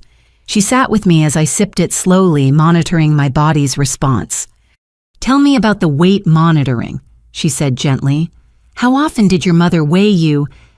"Every morning, 5:45 exactly." She kept a notebook. "Did she have target weights? Goals she wanted you to reach?" I nodded. She said I was still too heavy at 83 pounds, said my bones weren't showing properly. Dr. Chen's jaw tightened. "Shelia, I want you to understand something. What your mother did wasn't discipline or tough love or helping you with any kind of disorder. It was systematic torture designed to break you down completely. The fact that you survived shows incredible strength." I almost didn't, I admitted. If the Williams hadn't come when they did. But they did, and you're here. That's what matters now. That evening, Tyler appeared in my doorway with a security escort. He looked smaller somehow, his confidence stripped away to reveal the confused boy underneath. 5 minutes, the guard said. That's all. Tyler approached my bed cautiously, as if I might shatter. "I brought these," he said, pulling familiar items from his backpack, the granola bar wrappers he'd given me hidden in my pillowcase. I thought, evidence, right? Proof that I tried to help. "You did help," I told him. "Those small kindnesses kept me going." His face crumpled. "I should have done more. Should have told someone sooner. She made me believe you were sick, that this was all for your own good." "She's good at making people believe lies. She had years of practice." "With Emma." I studied his face, seeing real anguish there. "You knew, not knew, suspected." Sometimes she'd say things about her first daughter, little comments that didn't add up, and there were photos in the attic hidden in old boxes. A girl who looked like you but wasn't you. "What happened to the photos?" "Still there, I think, unless she's destroying evidence right now." He met my eyes. "The police asked me questions. I told them everything. About the money I stole, the food she withheld, the punishments. All of it." "That was brave." "No brave would have been speaking up months ago. This is just too little too late." The security guard signaled time was up. Tyler stood to leave, then turned back. "They're placing me with a foster family temporarily, the Andersons from church. Mom's fighting it, but the judge ordered immediate removal from the home." "Good, you'll be safe there." "What about you? Where will you go when you're better?" I hadn't thought that far ahead, couldn't think beyond the next IV bag, the next carefully measured sip of broth. "I don't know, but anywhere is better than that house." He left, and I was alone with the beeping machines and the certainty that our family, such as it was, had shattered beyond repair. But maybe some things needed to break completely before they could heal properly. The next morning brought a new visitor, a man in his 50s with sad eyes and gray-streaked hair holding a folder thick with papers. He didn't need to introduce himself. I recognized the shape of his jaw, the set of his shoulders. Emma had inherited those features. "James Morrison," he said quietly. "Emma's father. Mrs. Williams told me what was happening. I came as soon as I could." He sat carefully as if afraid to disturb the fragile peace of the hospital room. "I've been waiting 17 years to stop your mother from doing this again. I have evidence documents, witness statements from Duluth. People who saw what she did to Emma but were too afraid or too convinced by her lies to act until it was too late. She told everyone you were dead." His laugh was bitter. Easier than explaining why Emma's father was fighting for custody, documenting abuse, trying to save his daughter from her mother's love. Grace was always good at rewriting history. He opened the folder, showing me photos of Emma at various ages. The progression was horrifying, a chubby, happy toddler, slowly diminishing into a skeletal teenager with dead eyes. "I failed her," he said simply. "I let Grace convince judges that I was the unstable one, that my concerns were just bitterness from the divorce. By the time anyone listened, it was too late, but I swore at her funeral that if Grace ever had another daughter, I'd be ready." "How did you know about me?" I've kept tabs on her from a distance, hiring private investigators, periodically checking public records. When she married your father and had you, I started documenting everything I could from afar. But I couldn't act without proof she was repeating the pattern. Mrs. Williams provided that proof. He pulled out a business card. I've been in touch with Detective Morrison. Everything I have is now evidence in your case. 17 years of documentation about what she did to Emma. It establishes pattern and intent. Will it be enough? Combined with what they found at your house, the locks, the monitors, your condition. Yes, this time she won't charm her way out of it. He paused, studying my face. You look so much like Emma, but you have something she didn't have. What's that? People who fought for you in time, a community that wouldn't stay silent, and you'll have something else Emma didn't justice. He left the folder with Detective Morrison, years of pain and evidence reduced to paper and photographs, but it was enough. More than enough to ensure Mother would never do this to another child. That afternoon, as I managed to keep down a full cup of fortified broth, I thought about Emma, my ghost sister, Mother's first victim. She'd been alone in her suffering, isolated by Mother's manipulations and society's reluctance to believe a mother could systematically starve her own child. But I wasn't alone. I had the Williams risking their reputation to save me. Mrs. Patterson, who'd called repeatedly despite being dismissed. Tyler, who'd finally broken through his conditioning. Even Dad, weak as he was, had broken his silence when questioned by police. And I had James Morrison carrying 17 years of guilt and evidence ready to ensure his daughter's death meant something.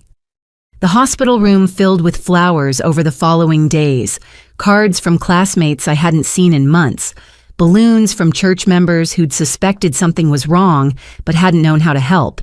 Each gesture felt like an apology and a promise we see you now. We won't look away again. Dr. Chen increased my food, slowly monitoring every calorie.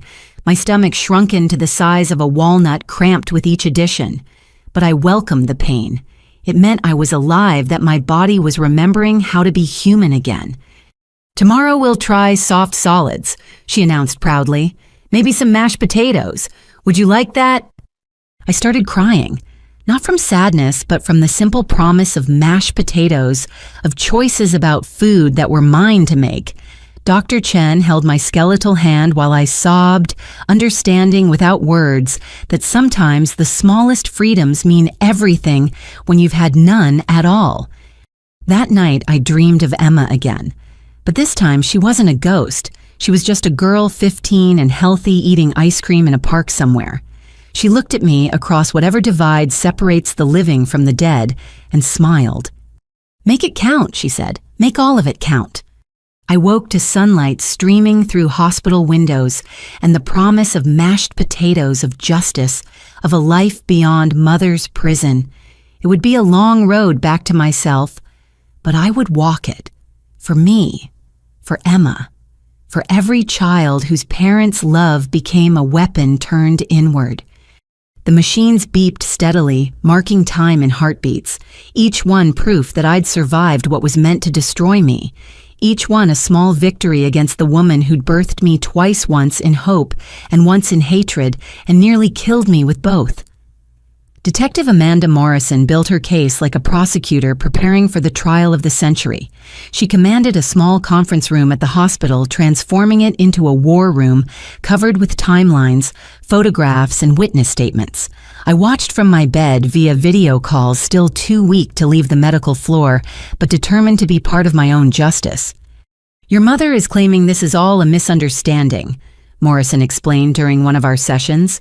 She's hired Janet Blackwood from Blackwood & Associates, top-dollar defense attorney who specializes in affluent clients accused of abuse. Of course she has. I managed my voice, still raspy but growing stronger with each day of proper nutrition. Don't worry, what we have is overwhelming. Morrison pulled up files on her tablet. Let's start with Tyler's evidence. He backed up those videos to his cloud storage before your mother destroyed his phone. 23 separate recordings showing food restriction, verbal abuse, and physical intimidation. She played one of the videos. Mother's voice filled the room, cold and measured. "No breakfast for liars, Sheila. You'll eat when you learn to tell the truth. A few days of hunger clarifies the mind wonderfully." "That's from June," I said, recognizing the shirt I'd worn. She'd just started the serious restrictions. And here's another from August. The next video showed me collapsed in the hallway while Mother stepped over my body, telling Tyler I was performing for attention and to ignore me. "I don't remember that one," I admitted. Tyler says there were multiple incidents you might not recall. Malnutrition affects memory formation. Morrison made notes on her tablet. "Now let's discuss Mrs. Williams' documentation." She spread printed photos across the table, images captured during those blessed visits when the pastor's wife had risked Mother's wrath to help me. My deterioration was stark in the progression. June's photos showed me thin but still recognizable. By September, I looked like a concentration camp survivor. Mrs. Williams also kept detailed notes of every interaction. Morrison continued. "Times, dates, exact quotes from your mother. She even recorded several conversations without your mother's knowledge, which is legal in Minnesota, as we're a one-party consent state." One recording played Mother's voice explaining my condition to Mrs. Williams. "Sheila has always been troubled, manipulative. She'll do anything for attention, including starve herself. We're simply providing structure until she chooses to be honest and eat properly." "The thing is," Morrison said, pausing the recording, "your mother might actually believe this narrative she's created. It's not uncommon in cases like these. The abuser convinces themselves they're the hero, saving their child from some imagined threat." "She mentioned someone named Emma," I said, "her first daughter." Morrison's expression darkened. "Yes, let's talk about Emma Catherine Morrison." She pulled up a new file, this one thick with aged documents. Born March 15, 1992 in Duluth. Died October 23, 2007. Official cause of death complications from anorexia nervosa. But thanks to James Morrison, we know the real story. The file contained hospital records, therapy notes, court documents from custody battles. Page after page painting a picture of systematic abuse hidden behind a mother's concern for her troubled daughter. Your mother was Grace Morrison, then recently widowed, or so she claimed. She told everyone Emma's father died in a car accident when Emma was 3. In reality, James Morrison was very much alive, fighting for custody and documenting abuse. Why didn't anyone believe him? Your mother was already perfecting her act. Pillar of the community, devoted single mother church volunteer. She convinced judges that James was bitter about the divorce, that his concerns were harassment. She even got a restraining order against him, claiming he was stalking them. Morrison showed me photos of Emma. The resemblance to me was eerie, same brown eyes, same stubborn chin. But where I'd survived to 16, Emma hadn't made it past 15. "The parallels are undeniable," Morrison said. "Same pattern of food restriction as discipline. Same isolation from peers. Same gaslighting about mental illness. Same escalation when the victim showed any independence." "But people must have noticed," I protested. "Teachers, doctors, someone." "They did, but your mother was always one step ahead. She homeschooled Emma, too, claiming bullying at school. Switched doctors frequently so no one could track the weight loss pattern. Moved twice within Duluth to avoid nosy neighbors. And always had an explanation that sounded just plausible enough." A knock interrupted us. Tyler entered with the social worker who'd been assigned to his case, a middle-aged woman named Patricia Hendricks, who radiated no-nonsense competence. "Tyler has some additional information," Patricia said. "Tell Detective Morrison what you told me." Tyler looked healthier already, 2 weeks of proper meals and sleep-working wonders, but his eyes carried a weight that would take longer to lift. "I found something in Mom's office," he began. "Before they removed me from the house, I grabbed some papers she'd been hiding, financial records." He produced a folder, hands shaking slightly. "She's been collecting life insurance payouts. There was a policy on Emma that paid out $500,000 after her death, and he paused, swallowing hard. She took out a similar policy on Shelia 2 years ago. The room went silent except for the hum of fluorescent lights. Morrison took the documents, scanning them with growing anger. $500,000 on a 14-year-old child, she said quietly. Premiums paid faithfully for 2 years, just waiting for the policy to mature before she killed me. I finished. That's why the restrictions got so severe recently. The policy must have passed the contestability period. This changes things, Morrison said. This proves premeditation, financial motive. This moves us from child abuse to attempted murder. Tyler wasn't finished. There's more. I found emails between Mom and someone named Dr. Harold Brennan. He's a psychiatrist who never actually met Shelia, but was willing to provide documentation of her eating disorder for a fee.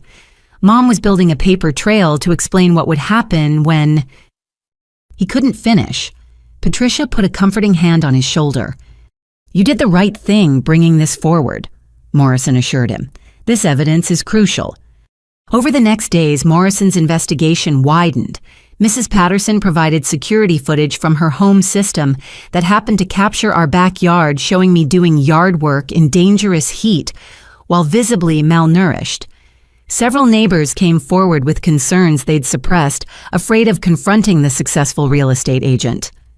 The school district provided records showing my declining attendance and performance before Mother withdrew me. Teachers who'd noticed my weight loss but accepted Mother's explanations about stress and teenage rebellion. The school nurse who'd documented concerns but hadn't pushed when Mother provided that fake doctor's note. It's a pattern we see too often, Morrison explained.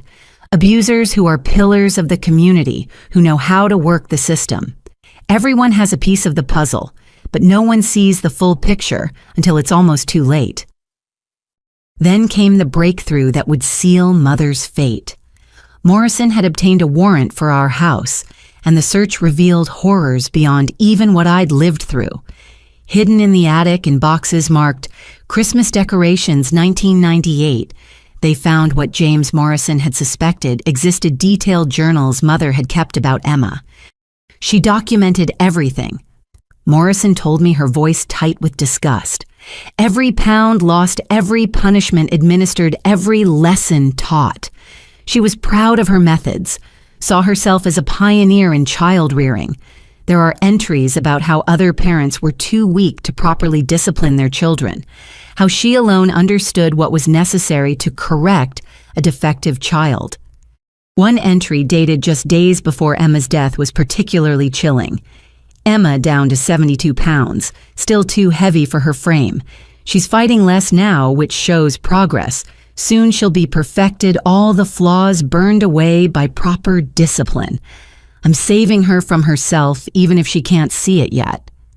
And entries about you. Morrison continued showing me photocopies. Starting from when you were 12, she writes about seeing Emma's defiance in your eyes, about needing to act before you became irredeemable like your sister. The journals also revealed the truth about James Morrison. Mother had written extensively about the custody battle, her strategies for discrediting him, her satisfaction when the restraining order was granted.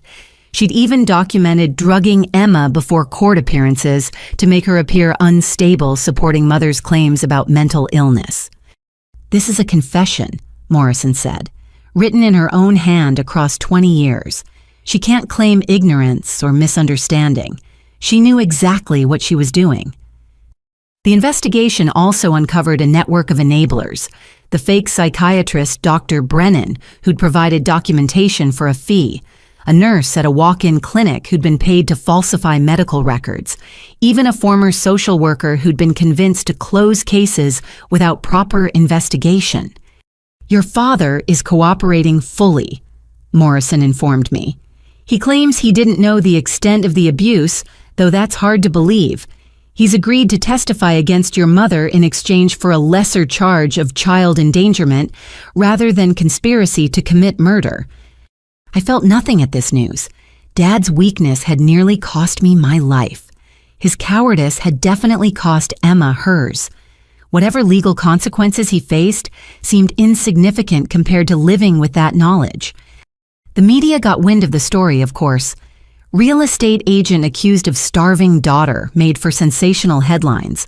Reporters camped outside the hospital hungry for details about the woman who'd hidden torture behind a perfect suburban facade. Morrison shielded me from most of it, but I saw some coverage. Photos of our house with its manicured lawn and cheerful yellow door, Mother's professional headshot from her real estate website smiling warmly at potential clients. The cognitive dissonance was jarring. How could someone who looked so normal be capable of such calculated cruelty? But James Morrison had warned me about this. Grace is a master at appearances, he'd said during one of his visits. It's how she got away with it for so long. People don't want to believe that monsters can look like soccer moms and sell houses and volunteer at church bake sales. The investigation revealed one final crucial piece of evidence. Hidden in Mother's closet behind designer suits and church dresses, investigators found a single box. Inside were two items, Emma's death certificate and a new life insurance policy application. This one for Tyler dated just a week before my hospitalization. She was already planning her next victim, Morrison said quietly. If you died, Tyler would have been next. The cycle would have continued.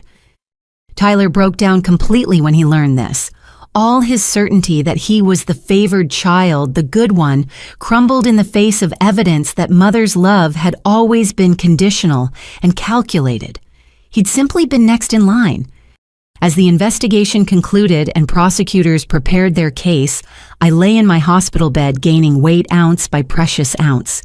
Each meal was a small rebellion against Mother's control. Each pound regained was evidence of my survival.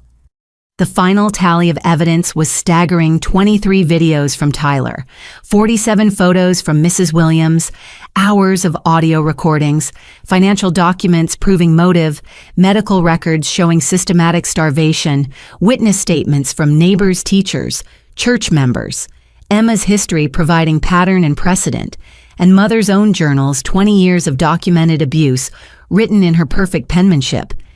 She's going away for a very long time, Morrison promised.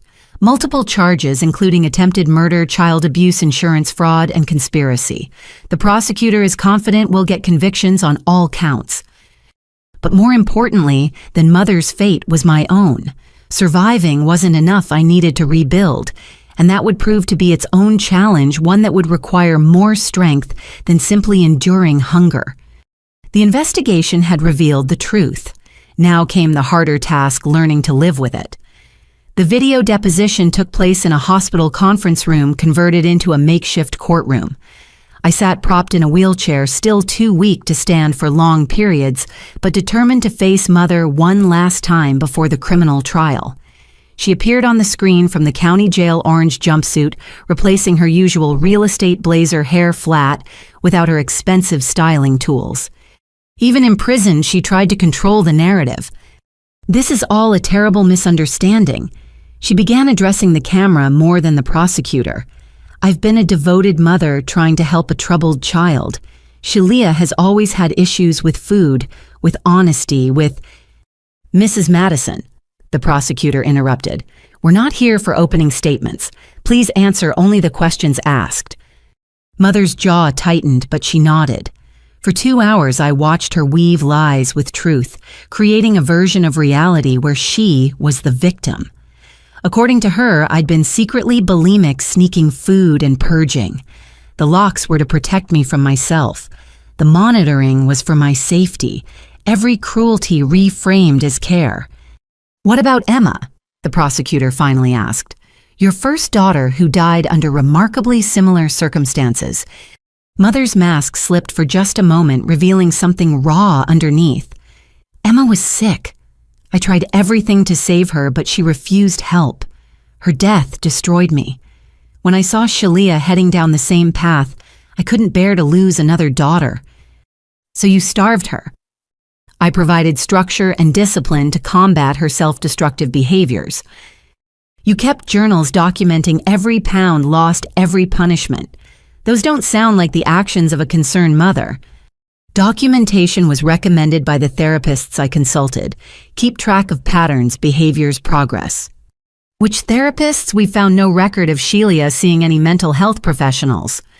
Mother paused, recalculating. Online resources, support groups for parents of troubled teens. I did extensive research. The prosecutor pulled up excerpts from Mother's journals, reading them aloud. Her own words condemned her detailed plans to reduce my weight satisfaction when I became too weak to resist comparisons to Emma's transformation. But the most damning evidence came when they played a recording Mrs. Williams had made. Mother's voice clear and cold.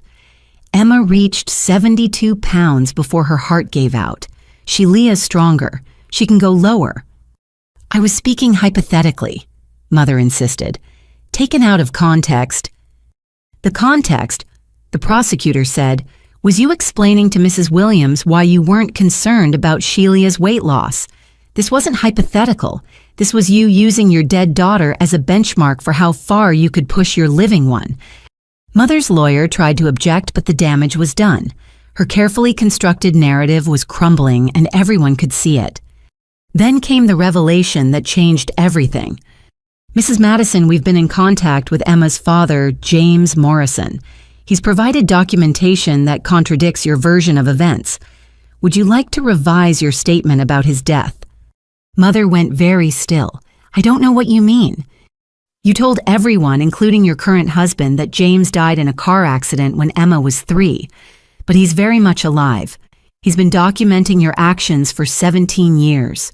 He has recordings, photos, court documents from custody hearings where you were accused of abuse. James is mentally unstable. That's why I had to protect Emma from him. With a restraining order based on false allegations, the prosecutor produced documents. We have affidavits from witnesses who saw you coaching Emma to lie about her father, threatening her with starvation if she didn't comply. Mother's composure finally cracked. You don't understand. James would have ruined everything. He didn't understand what Emma needed. She was defective, broken. I was fixing her by starving her to death. She did that to herself. She was weak, just like Sheila. They inherited his weakness, his inability to achieve perfection. I tried to burn it out of them to make them strong, but they fought me at every turn. Her lawyer was frantically trying to stop her, but Mother had passed the point of control. Years of carefully maintained facade shattered as she ranted about weakness and perfection, about children who refused to be molded, about a world that didn't understand her vision. I gave them everything, a beautiful home opportunities structure. All I asked in return was obedience and gratitude. But they were liars, both of them. Sneaking around, conspiring with others, making me look like a monster, when all I wanted was to create something perfect. So you decided to kill them? I decided to fix them. If that meant reducing them to nothing and rebuilding from scratch, so be it. You can't make an omelet without breaking eggs. Children aren't eggs, Mrs. Madison. They're human beings. Defective human beings, Emma with her father's weakness, Sheila with her lies and manipulation. Even Tyler was starting to show signs of corruption. They all needed correction. The deposition ended with Mother in full meltdown, screaming about ungrateful children and a world too blind to see her wisdom. Guards had to restrain her as she lunged at the camera, her final words a promise that she'd been right all along and someday everyone would see it. I sat in stunned silence as the screen went dark. Beside me, Morrison shook her head. Well, that's what we call a gift to the prosecution. No jury will have sympathy after seeing that. But I felt something unexpected pity. Not forgiveness, never that. But pity for a woman so broken, she'd convinced herself that torturing children was love. Who'd rather see her daughters dead than imperfect. Who'd built such an elaborate delusion she'd live in it forever rather than face the truth. James Morrison watched the deposition with me the next day. He looked older than his years, worn down by nearly 2 decades of fighting for justice he'd never thought would come. She was like that during our marriage, too, he said quietly. Not as extreme, but the signs were there. The need for control, the inability to accept any deviation from her plans. When Emma was born premature and spent weeks in NICU, Grace saw it as a personal failure. She became obsessed with making Emma perfect to compensate. "Why didn't you leave sooner?" I tried, but she was smart even then, made me look like the unstable one. Told people I was abusive, that she was protecting Emma from me. By the time I got evidence of what she was really doing, judges had already decided I was the problem. He pulled out a worn photo of Emma as a toddler, chubby-cheeked and grinning. This was before Grace started her improvements. Emma was a happy kid, loved mac and cheese, Saturday morning cartoons, playing in puddles, normal kid stuff that Grace saw as flaws to be corrected. What was she like at the end? James's eyes filled with tears. Broken. She'd internalized so much of Grace's poison that she believed she deserved the punishment. Her last words to me were an apology for not being the daughter her mother wanted. Can you imagine apologizing for not being perfect enough to deserve food and love? We sat in silence, united by our shared understanding of Mother's particular brand of cruelty. But where Emma had died believing the lies, I'd lived long enough to see them exposed. That evening, Dr. Chen brought news that felt like a miracle. "Your blood work is improving dramatically. Organ function is stabilizing. At this rate, you'll be ready for outpatient treatment within a week." Where will I go? The question had haunted me since realizing I'd never return to that house. There's a therapeutic foster home that specializes in cases like yours. The Brennan family, not related to that fraudulent psychiatrist, have experience with survivors of severe abuse. They'll help you transition while continuing treatment. Tyler visited that night looking haunted by the deposition revelations. "She was going to do it to me too," he said without preamble. "I found more journals hidden in her room, plans for my transformation after you were gone, weight goals, punishment schedules, everything." "You were the golden child," I reminded him gently. "Only as long as I was useful. The second I started questioning her showing independence," he shuddered. "I keep thinking about Emma. We could have had a sister. Should have had one. But Mom killed her and then tried to kill you and eventually would have killed me. How does someone become that?" I didn't have answers. The investigation had revealed the what of Mother's crimes, but not the why. Maybe there was no why that would make sense to anyone not living in her twisted reality. The truth about Grace Madison was simpler and more terrible than any of us had imagined. She wasn't a misguided parent who went too far. She wasn't struggling with her own trauma or mental illness that might explain if not excuse her actions.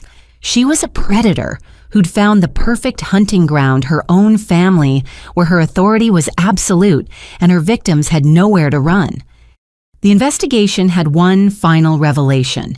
Hidden in a safety deposit box, investigators found adoption papers. Grace had been planning to adopt after my death, specifically requesting a daughter between ages 10 and 12. The cycle would have continued: indefinitely adopt, abuse, collect insurance, repeat, if Mrs. Williams hadn't intervened when she did. "How many?" I asked Morrison. "If we hadn't stopped her, how many girls would she have killed?" "As many as she could get away with," Morrison replied honestly. "People like your mother don't stop on their own. They escalate until someone stops them." I thought about that as I lay in my hospital bed that night, finally alone with my thoughts. Mother was stopped now, facing life in prison, her delusions of martyrdom playing to an audience of criminals who'd heard it all before. Dad would serve time too, though less his weakness finally carrying consequences. Tyler was safe with his foster family getting therapy to process the minefield of our childhood. And I was alive, damaged but breathing, 88 pounds now and gaining. Each meal a choice I got to make each pound proof that Mother's vision of perfection hadn't won. The truth about Grace Madison was that she'd been a monster hiding in plain sight, using motherhood as a weapon and love as camouflage. But the greater truth was that she'd failed. Emma's death hadn't been for nothing. It had created a witness in James Morrison who'd waited 17 years for justice. My survival had exposed her, completely stripped away every lie until only the ugly reality remained. Tomorrow I'd leave the hospital for the first time since that night the Williams saved me. I'd begin the long process of learning to live without locks on doors and cameras watching every move. It would be hard. Recovery isn't as simple as gaining weight and testifying in court. But tonight I celebrated a simple victory. I'd eaten dinner. 3 small pieces of lasagna, a side salad, 2 breadsticks, and even a few bites of chocolate cake. Dr. Chen had smiled as she watched me clean my plate, no longer fearing that food was a trap or a test. "You're reclaiming yourself," she'd said. "Every bite is a revolution against what was done to you." She was right. Mother had tried to erase me 1 pound at a time. Now I was writing myself back into existence, 1 meal at a time. It was the ultimate rebellion against a woman who'd preferred her daughters dead over imperfect. We were magnificently, stubbornly, imperfectly alive. And that was a perfection Grace Madison would never understand. The Brennan house smelled like cinnamon rolls and coffee when I arrived on a Thursday morning in October. Patricia Hendricks, my social worker, carried my single bag of possessions while I navigated the front steps on legs, still unsteady from months of starvation. The therapeutic foster parents, Linda and Marcus Brennan, waited on the porch with warm smiles that didn't quite hide their shock at my appearance. "Welcome home, Sheila," Linda said softly. She was a round woman with silver-streaked hair and gentle hands that had guided 17 other traumatized children toward healing. "We've prepared the downstairs bedroom so you won't have to manage stairs until you're stronger." The house felt alien in its normalcy. No locks on the refrigerator, no cameras in corners, no chains on doors. Just a lived-in home with mismatched furniture and walls covered in photos of former foster children who still kept in touch. "The kitchen is always open," Marcus explained, leading me through the house. "Day or night. If you're hungry, you eat. No permission needed, no explanations required." I stared at the pantry door slightly ajar, revealing shelves stocked with food. My hand trembled as I reached toward it, half expecting someone to slap it away.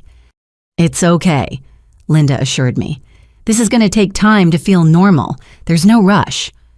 That first night, I woke at 2 a.m. with familiar hunger pangs.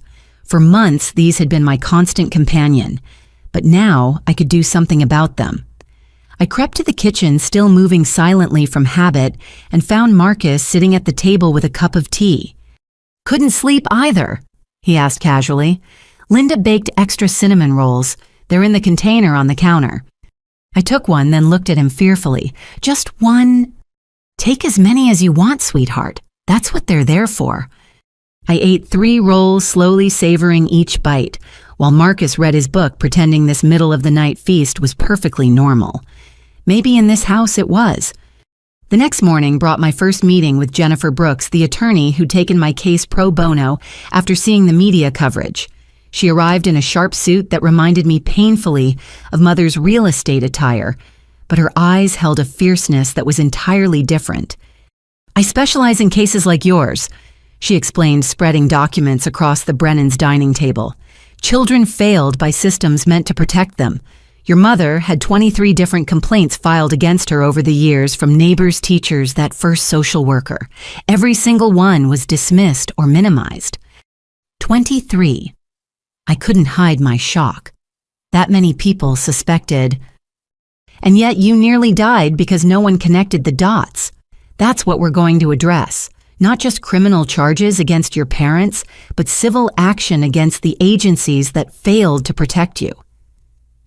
She outlined the strategy criminal trial first, where I'd testify against Mother and Dad, then civil suits against the school district that ignored obvious signs, the social services department that closed cases without proper investigation, and Dr. Brennan, the fake psychiatrist, who'd provided cover for Mother's abuse. "You're going to be in the public eye," Jennifer warned. "The media is calling this the perfect mother murder plot. They'll want interviews, exclusive stories, your pain packaged for consumption. You don't have to give them anything. But I surprised myself by disagreeing. No, I want to talk. Emma couldn't speak for herself. Neither could I for so long. If telling my story stops even one parent from doing this one child from suffering, then I need to speak. The first interview was with a journalist named Sarah Chen, Dr. Chen's sister as it turned out. She specialized in investigative pieces about child welfare failures. We met at the Brennan's house where I felt safe, and I told my story from the beginning. Your mother presented such a perfect facade, Sarah noted. How do we teach people to see through that? Stop believing that abuse only looks one way. I said, finding strength I didn't know I had. Stop assuming that well-dressed, well-spoken parents can't be monsters. Stop prioritizing family preservation over child safety. Emma died because people gave Mother the benefit of the doubt. I almost died for the same reason. The article ran with the headline, "The Daughter Who Lived, Shelia Madison Speaks Out." Within hours, it had been shared thousands of times. Messages poured in from other survivors, other children trapped in perfect-looking homes, with parents who wielded love like a weapon. Tyler struggled more with the media attention. His foster family, the Andersons, tried to shield him, but reporters found ways to approach him at school after football practice, even at church.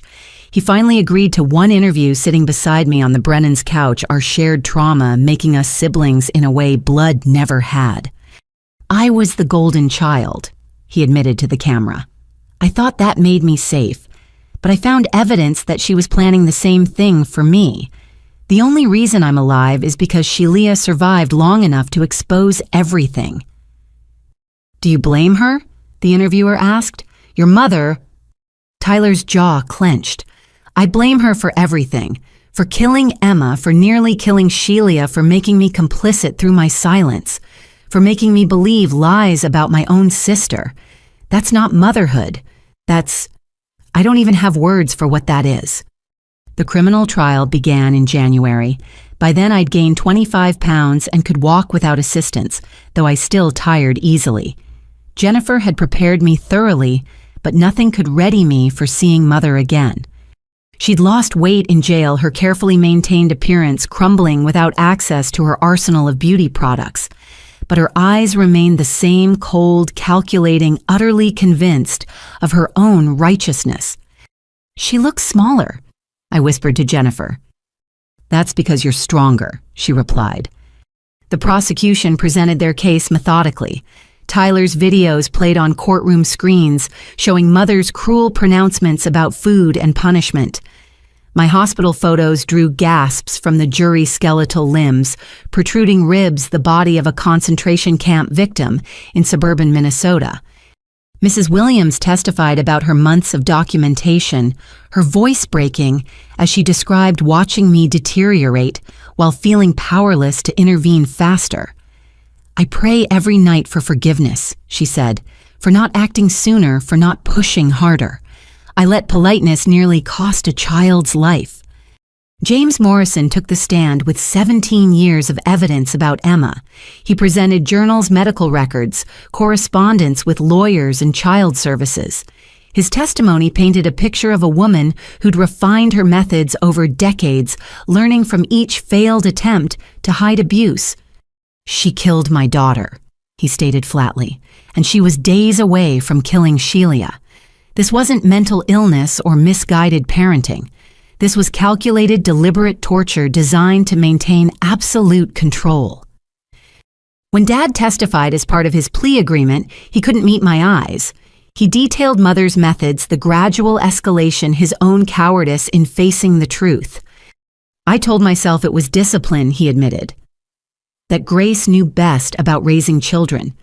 I worked late to avoid seeing what was happening. I drank to avoid thinking about it. I failed as a father and as a human being. Did you know she was killing your daughter? The prosecutor asked. Dad's voice broke. Yes, part of me knew, and I did nothing to stop it. Mother's defense relied on painting me as mentally ill, a troubled teen who'd manipulated everyone into believing lies.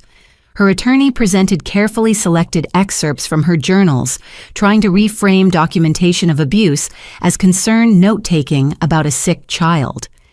But then I took the stand. Jennifer had coached me to stay calm, to speak clearly, to let the truth be enough.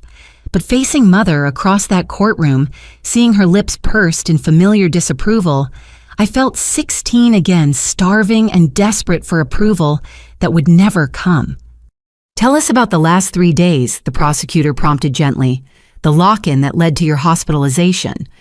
I spoke about the darkness, the hallucinations, the certainty that I would die alone in that room, about scratching at the door until my fingers bled, about Tyler's voice through the wood wanting to help but too terrified to act. "She said it was for my own good," I continued, "that I needed to learn through suffering. But the only thing I learned was that my mother preferred me dead to imperfect." "Objection," Mother's lawyer called out. "Speculation about intent." "Sustained," the judge said, but the damage was done. The jury had heard the truth in my voice. Cross-examination was brutal. Mother's lawyer tried every trick to discredit me, to make me appear unstable or vindictive. But I held firm, anchored by the truth and the knowledge that Emma deserved justice, even if she couldn't speak for herself. "Isn't it true you've always been jealous of your brother?" the lawyer pressed. "I was jealous that he got to eat," I replied simply. "That's not the same thing." "You claim your mother starved you, but you admit sneaking food. How do we know you weren't eating in secret and lying about it?" "Because I weighed 78 pounds when they brought me to the hospital. You can't fake that." The lawyer tried several more angles, but each question only reinforced the horror of what had been done to me. Finally, in frustration, he asked, "If things were so terrible, why didn't you just leave?" The courtroom went silent. It was the question everyone wondered, but few dared ask. I looked at Mother, then at the jury, then at James Morrison in the gallery holding a photo of Emma. "Where would I go?" I asked quietly. She was my mother. She controlled everything food communication movement. She convinced me I was sick, that I deserved punishment, that no one would believe me. And she was right about that last part. 23 people reported concerns and no one believed them enough to act. So where exactly should I have gone? The lawyer had no response. As I left the witness stand, I passed Mother's table. For just a moment, our eyes met and I saw something flicker in hers. Not remorse, she wasn't capable of that, but perhaps finally the recognition that she'd lost control of the narrative forever. Tyler testified next, detailing the slow realization that our mother was a monster. He presented the insurance documents, the planning for my death, and his eventual targeting. His testimony was raw, angry in a way mine hadn't been. "She made me her accomplice," he said, tears streaming down his face. "Every time I didn't speak up, every time I ate dinner while Leah starved, I was helping her kill my sister. I'll carry that guilt forever." The trial lasted 2 weeks. Witness after witness painted a picture of systematic abuse hidden behind suburban respectability. The jury deliberated for less than 3 hours. Guilty on all counts: attempted murder, aggravated child abuse, insurance fraud, conspiracy. The list went on each verdict, a vindication for Emma and validation for me. Mother stood stoically as the verdicts were read, but I saw her hands tremble. This wasn't part of her plan. In her delusion, she'd probably imagined being vindicated, proven right about her difficult daughters. During victim impact statements, I stood on legs now strong enough to hold me and spoke not just for myself, but for Emma. Grace Madison stole my childhood, my health, my sense of safety in the world. She killed my sister Emma and tried to kill me, but she failed. I'm alive, I'm healing, and I'm going to spend my life making sure no child suffers like we did. Emma can't speak for herself, so I'll speak for both of us. What happened to us was not love. It was not discipline. It was torture, and it ends here. Mother was sentenced to life without parole. Dad got 15 years for his role as enabler and conspirator. As they led Mother away, she turned to look at me one last time. Her lips moved, and I could read the words, "You'll understand someday." But I already understood. I understood that some people's version of love was indistinguishable from hate, that perfectionism could become a weapon, deadly as any gun, that the most dangerous predators sometimes called themselves mother. Outside the courthouse, reporters waited with cameras and questions, but I walked past them to where James Morrison stood with a bouquet of white roses, Emma's favorite, he'd told me. "We did it," he said simply, "for Emma, for you, for all the children she'll never hurt again." I took one of the roses, breathing in its sweet scent. Somewhere I hoped Emma knew that justice had finally come, that her death had meaning, that her sister, the one she'd never met but had warned in hallucinations, had survived to tell both their stories. The fight for criminal justice was won, but the larger fight for systemic change, for awareness, for healing was just beginning, and I was finally strong enough to face it. The civil cases began 6 months after Mother's criminal conviction. By then I'd gained 40 pounds and started my senior year at a new high school, determined to reclaim the education she'd stolen. Jennifer Brooks had assembled a team of lawyers who specialized in institutional failures, and together they prepared to take on the systems that had failed to protect Emma and me. "This isn't about money," Jennifer explained at our strategy meeting. "It's about accountability, about forcing change so no other child falls through these cracks." The first lawsuit targeted the school district. We had documentation of 12 separate incidents where teachers or staff noted concerning weight loss, behavioral changes, or signs of abuse. Each time, Mother had provided explanations that were accepted without follow-up. During depositions, my former English teacher, Mrs. Rodriguez, broke down crying. "I knew something was wrong," she admitted. "Sheila went from writing vibrant essays to barely turning in work. She lost so much weight so quickly." But when I reported it, the counselor said her mother was addressing the situation, and that was that. The school nurse, Patricia Vance, was more defensive. Mrs. Madison provided medical documentation about an eating disorder. "We're not equipped to challenge parents who seem to be seeking treatment for their children." "Even when the child is visibly starving," Jennifer pressed. "We followed protocol, and protocol nearly killed my client." The district eventually settled for $2 million and agreed to implement new training programs for recognizing medical child abuse. They also established a review board for cases where parents withdrew children for homeschooling under suspicious circumstances. Next came the case against Child Protective Services. This one was harder as government agencies had qualified immunity protections. But Jennifer found a loophole, gross negligence, that violated clearly established constitutional rights. We deposed the original social worker who'd responded to Mrs. Patterson's call. She'd been 24, fresh out of college, easily charmed by Mother's performance. "Mrs. Madison was so convincing," she said, reviewing her old case notes. "Professional, well-spoken, had all this documentation about Sheila's supposed behavioral issues. The house was immaculate. There was food in the refrigerator. Sheila herself said she was fine." "Did you notice she was underweight?" Jennifer asked. "She was thin, but lots of teenagers are thin, without other evidence of abuse." "What would you have done differently knowing what you know now?" The young woman, not so young anymore, considered carefully. "I would have insisted on a medical exam by a doctor not chosen by the parent. I would have interviewed Sheila separately away from the home. I would have followed up instead of closing the case after one visit." The CPS case revealed systemic problems, overworked caseworkers, insufficient training on psychological abuse, and a bias toward keeping families together that sometimes prioritized parental rights over child safety.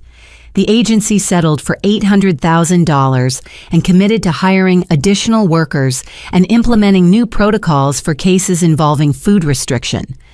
Dr. Harold Brennan, the psychiatrist who'd never met me but provided documentation of my eating disorder, faced both civil and criminal charges. His license had already been suspended, but Jennifer wanted more. He gave medical cover to attempted murder, she argued in court. He sold legitimacy to an abuser for $5,000. Brennan's lawyer argued he'd been deceived by a convincing mother, but emails revealed he'd never even asked to examine me. He'd simply provided whatever documentation Mother requested in exchange for payment. I needed the money, he admitted under oath. My practice was struggling. She seemed like a concerned parent dealing with a troubled teen. I thought I was helping. By diagnosing a child you'd never met. It was wrong, I see that now. He was stripped of his license permanently and ordered to pay $500,000 in damages. Criminal charges resulted in 3 years probation and community service at a legitimate eating disorder clinic, where he'd see actual patients recovering from the diseases he'd falsely diagnosed in me. The most emotionally difficult case was against my father. While he faced criminal charges, I also pursued civil action for his failure to protect me. This meant confronting not just his cowardice, but my own complicated feelings about the man who'd stood by while Mother tortured me. I don't want his money, I told Jennifer.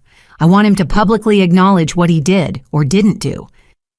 Dad's civil trial became a study in enablement. Expert witnesses testified about the psychology of passive abusers, those who participate through inaction.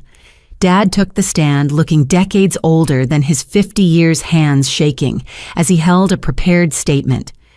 I failed my daughter in every way a father can fail, he read. I chose comfort over truth, silence over action, my wife's approval over my child's life. I told myself Grace was strict but not abusive. I worked late to avoid seeing evidence that would force me to act. I drank to silence the voice telling me Shelia was dying. There is no forgiveness for what I've done. I can only hope my testimony helps other parents recognize their own cowardice before it costs a child's life. The court ordered him to pay damages from his share of marital assets, money that would fund my ongoing medical treatment.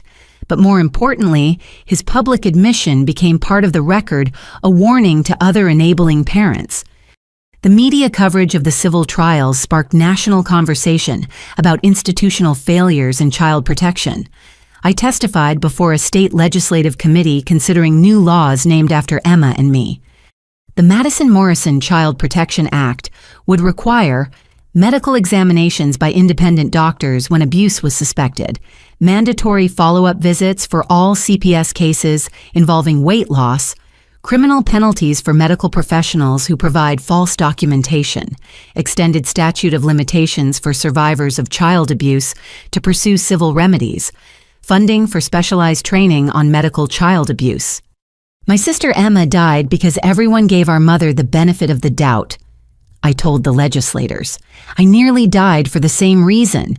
This law won't bring Emma back, but it might save the next Emma, the next Shelia. The law passed unanimously. Tyler joined me for some of the civil proceedings, his own lawsuit, focusing on the emotional abuse and planned future starvation he discovered in Mother's journals. His testimony revealed the long-term psychological damage of being the golden child in an abusive home. She made me complicit in torturing my sister, he said. Every privilege I received was built on Shelia's suffering. How do you recover from that? How do you forgive yourself for surviving when survival meant silence? His case settled quietly, funds going toward his therapy and education. But the real value was in his public stance against the mother who'd manipulated him into becoming her ally.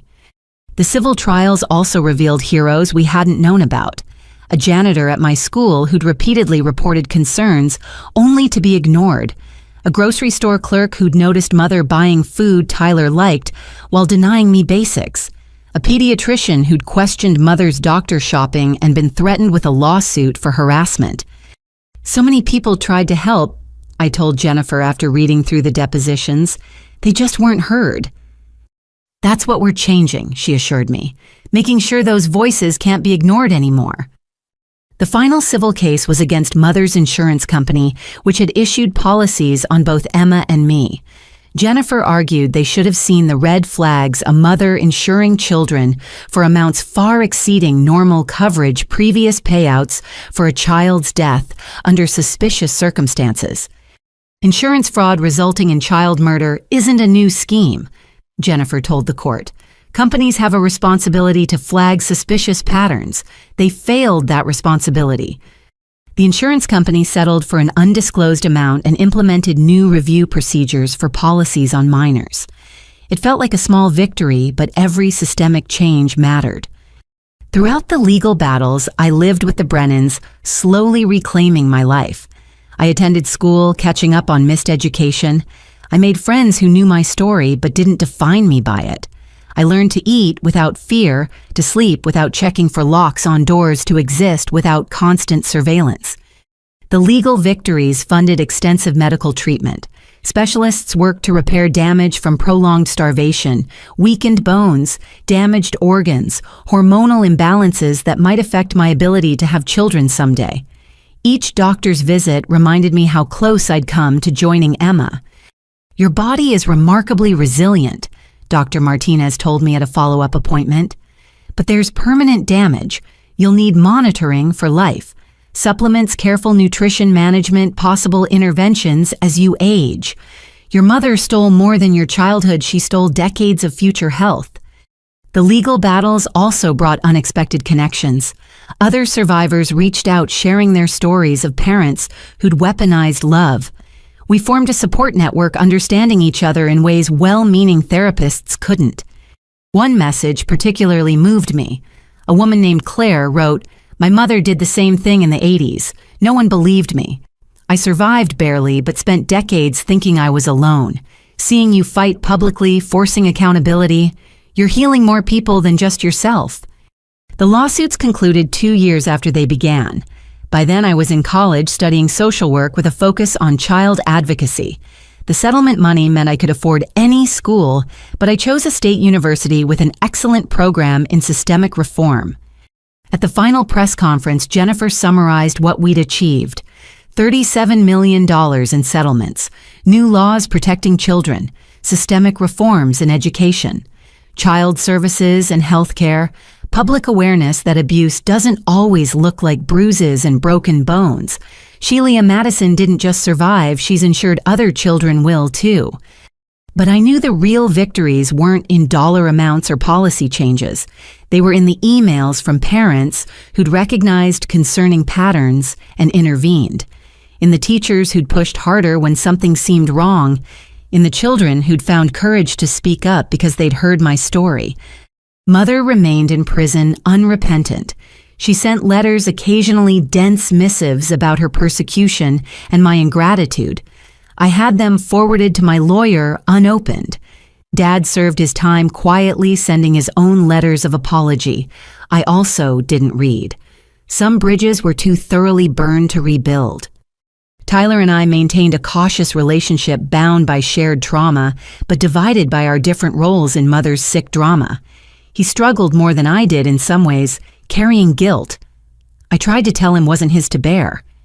"You were a child, too," I reminded him during one of our coffee meetings. "She manipulated us both. But I had food. I had privileges. I watched you disappear and did almost nothing.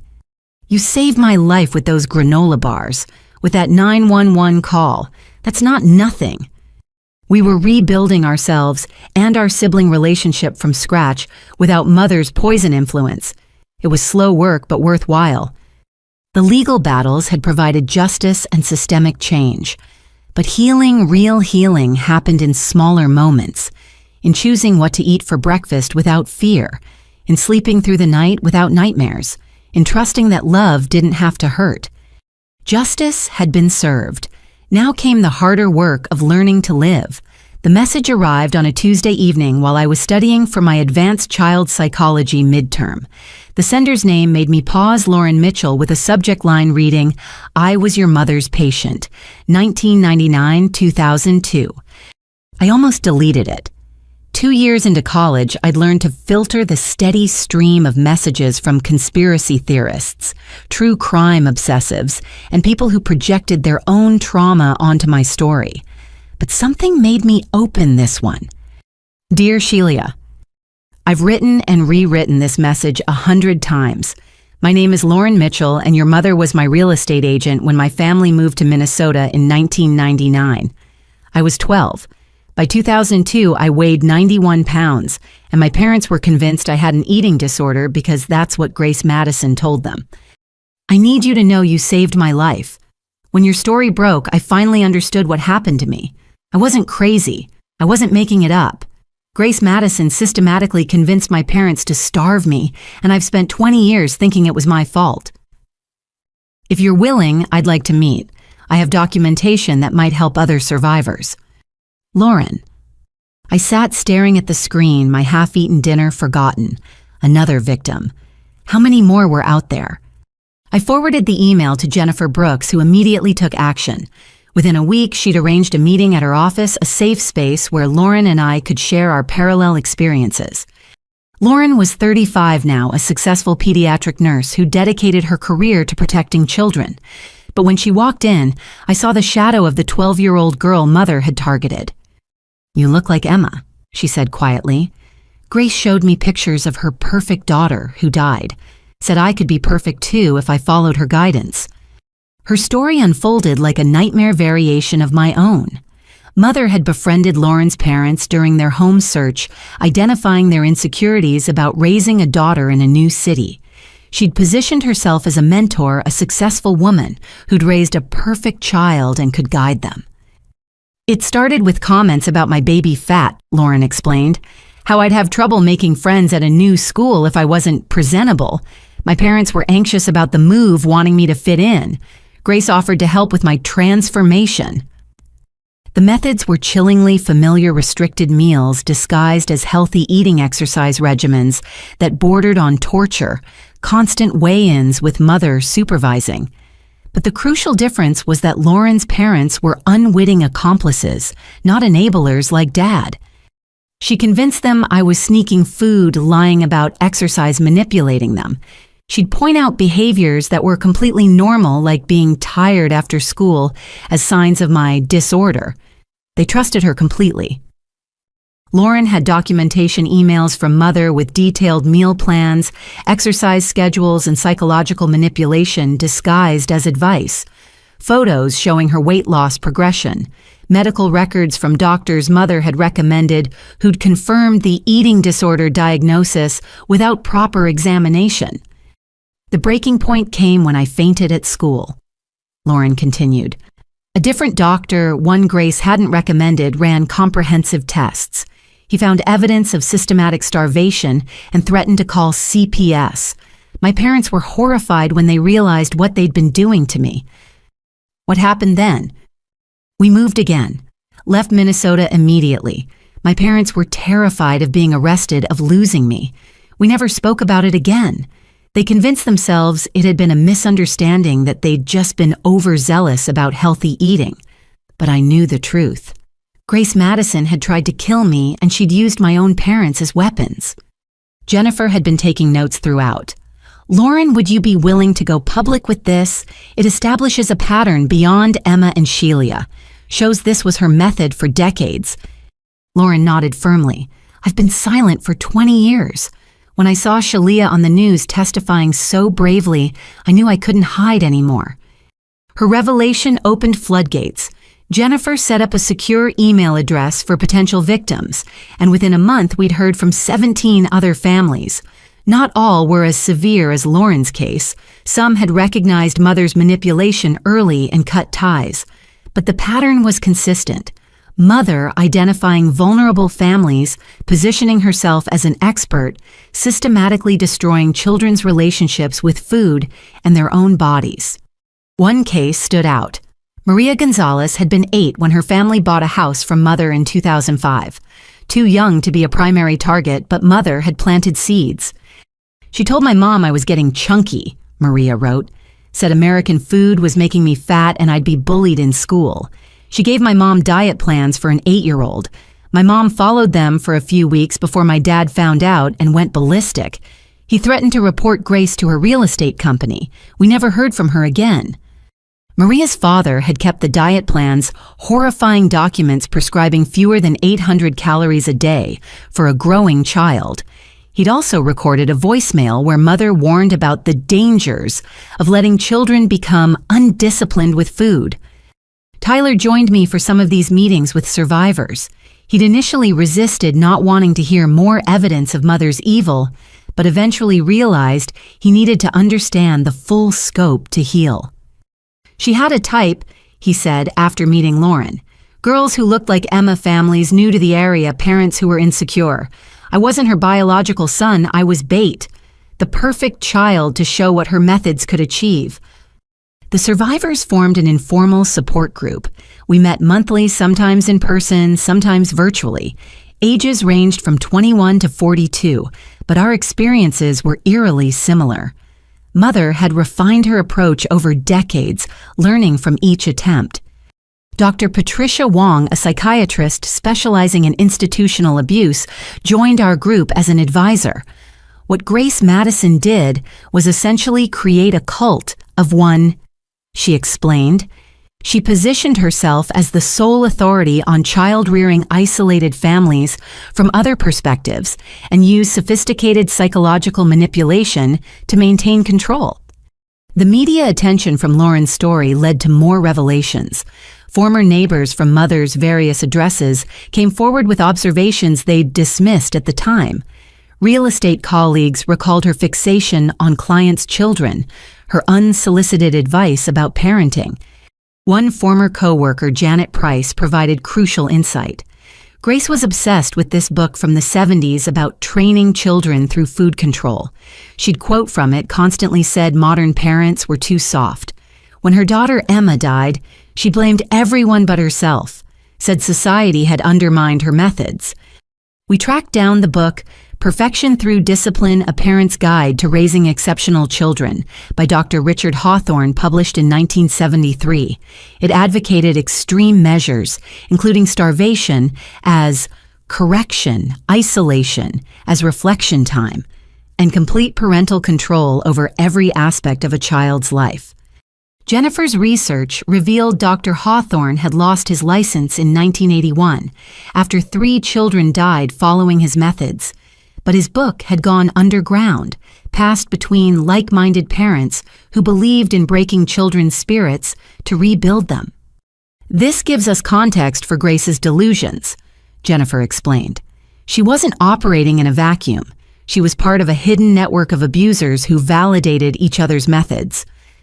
The survivor group decided to take action beyond our own healing. We established the Emma Morrison Foundation, named for Mother's first victim who'd had no advocates. The foundation would provide resources for families escaping child abuse, training for professionals to recognize signs, and lobbying for stronger protection laws. Lauren spearheaded the foundation's first major initiative, a documentary about hidden child abuse in perfect families. She interviewed survivors, experts, and remarkably some of Mother's former enablers who'd come to recognize their complicity. One interview particularly struck me. Mrs. Davidson had been in Mother's social circle at church, had attended those dinner parties where I'd served food I couldn't eat. I knew something was wrong, she admitted to the camera. Sheila got thinner every time I saw her, but Grace was so convincing. She'd cry about how hard it was to have a daughter with an eating disorder, how she was doing everything possible to help. We prayed for her. We supported her. We enabled a monster because it was easier than asking hard questions. The documentary premiered at a film festival focused on social justice. Watching our stories on screen, seeing the pattern of Mother's predation laid out clearly, was both painful and empowering. The audience's shocked silence during the worst revelations validated what we'd experienced. During the Q&A afterward, someone asked how we found the strength to forgive. Lauren answered first. I don't forgive Grace Madison. Forgiveness requires repentance, and she's shown none. But I've forgiven my parents who were victims too. I've forgiven the community that failed to see, and I've forgiven 12-year-old me for not being able to save herself. Tyler surprised me by speaking up. I haven't forgiven myself yet. I was her accomplice even if I didn't understand it. But working with the foundation, trying to prevent this from happening to other families, maybe that's how I'll earn forgiveness. Not from others, but from myself. The foundation grew rapidly. Survivors from around the country reached out sharing stories of parents who'd weaponized food love and control. We partnered with hospitals to provide specialized treatment for victims of medical child abuse. We funded research into the psychology of parents who torture their children while believing themselves righteous. One of our most successful programs placed survivors as consultants in CPS offices. Who better to recognize the signs than those who'd lived them? Lauren developed training materials that helped social workers see past charming facades to the damage underneath. The biggest misconception, she explained during one training session, is that abusive parents look like monsters. Grace Madison sold houses to happy families. She volunteered at church. She hosted dinner parties. She also systematically tortured multiple children over 3 decades. These aren't contradictions. The public persona is part of the abuse pattern.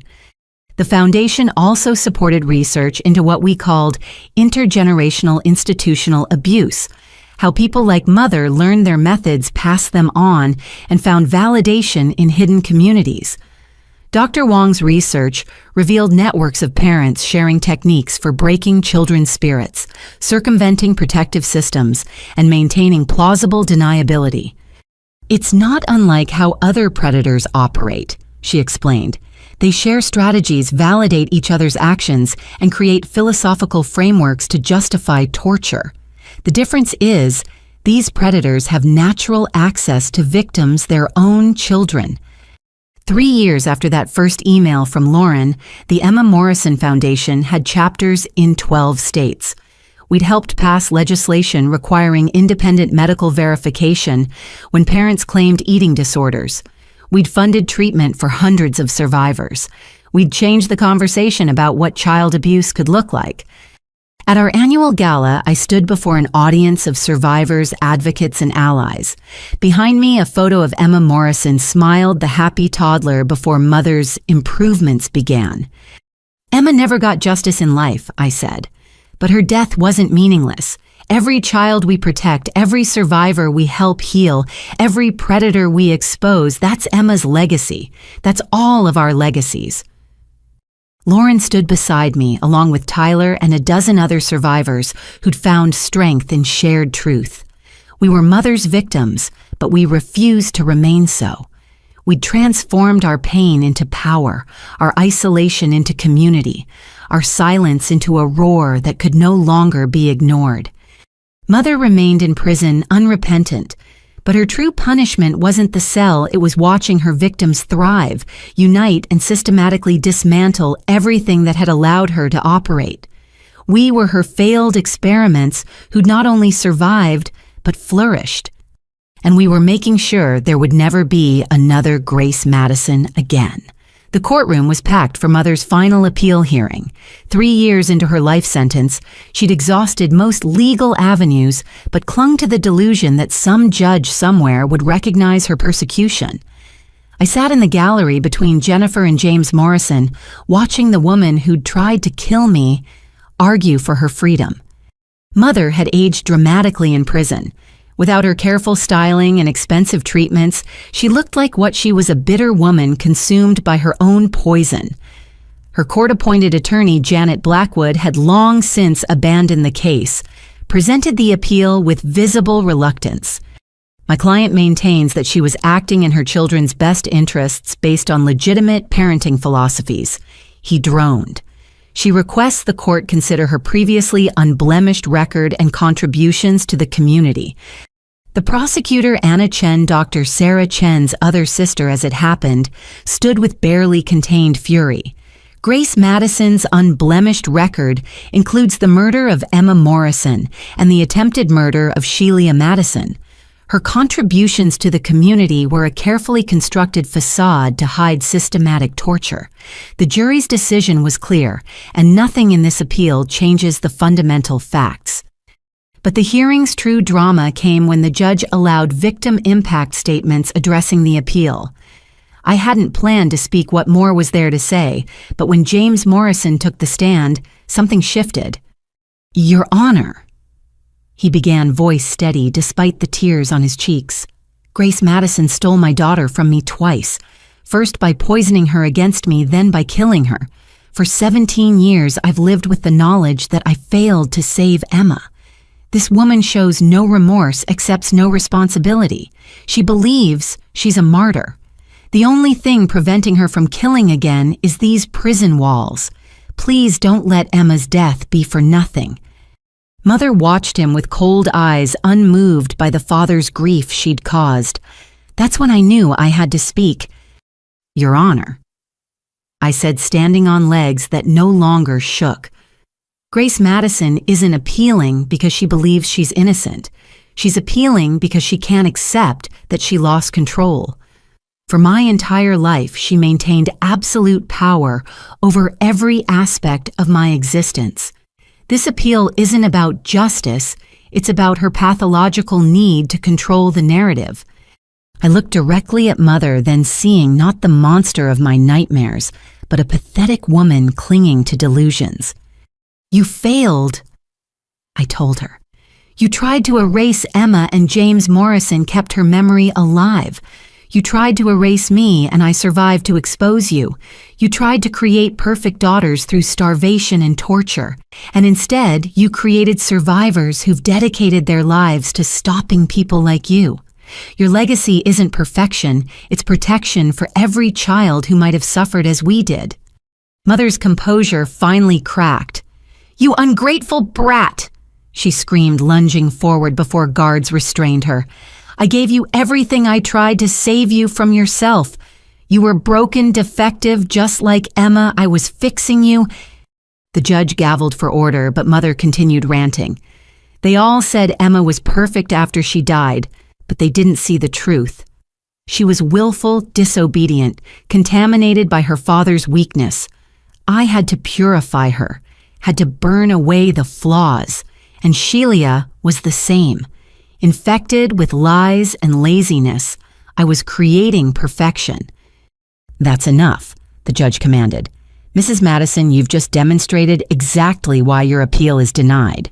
Your complete lack of remorse, your continued delusions about your crimes, and your obvious danger to society confirm the jury's wisdom. Life without parole stands. This court is adjourned. As guards dragged Mother away, still screaming about ungrateful children and a world too blind to see her vision, I felt something I hadn't expected: closure. Not because she was returning to prison, but because she'd finally shown everyone what I'd always seen, the rage beneath the perfect mother mask. Outside the courthouse, reporters waited with familiar questions. But before I could speak, other voices joined mine. Lauren Mitchell, Maria Gonzalez, and 7 other survivors who'd traveled to witness the appeal's denial. Grace Madison isn't unique, Lauren told the cameras. She's part of a hidden epidemic of parents who torture their children while calling it love. Today's justice isn't just for Emma and Sheila, it's for all of us who survived, and for those still trapped in homes where love is a weapon. The appeal's denial marked a turning point. Media attention renewed focus on our cause, leading to what became known as Grace's Law, at the federal level, comprehensive legislation protecting children from medical abuse, food restriction as punishment, and systematic torture disguised as parenting. The law's passage brought unexpected allies. Senator Patricia Williams, no relation to the pastor's family, had her own history with an abusive mother.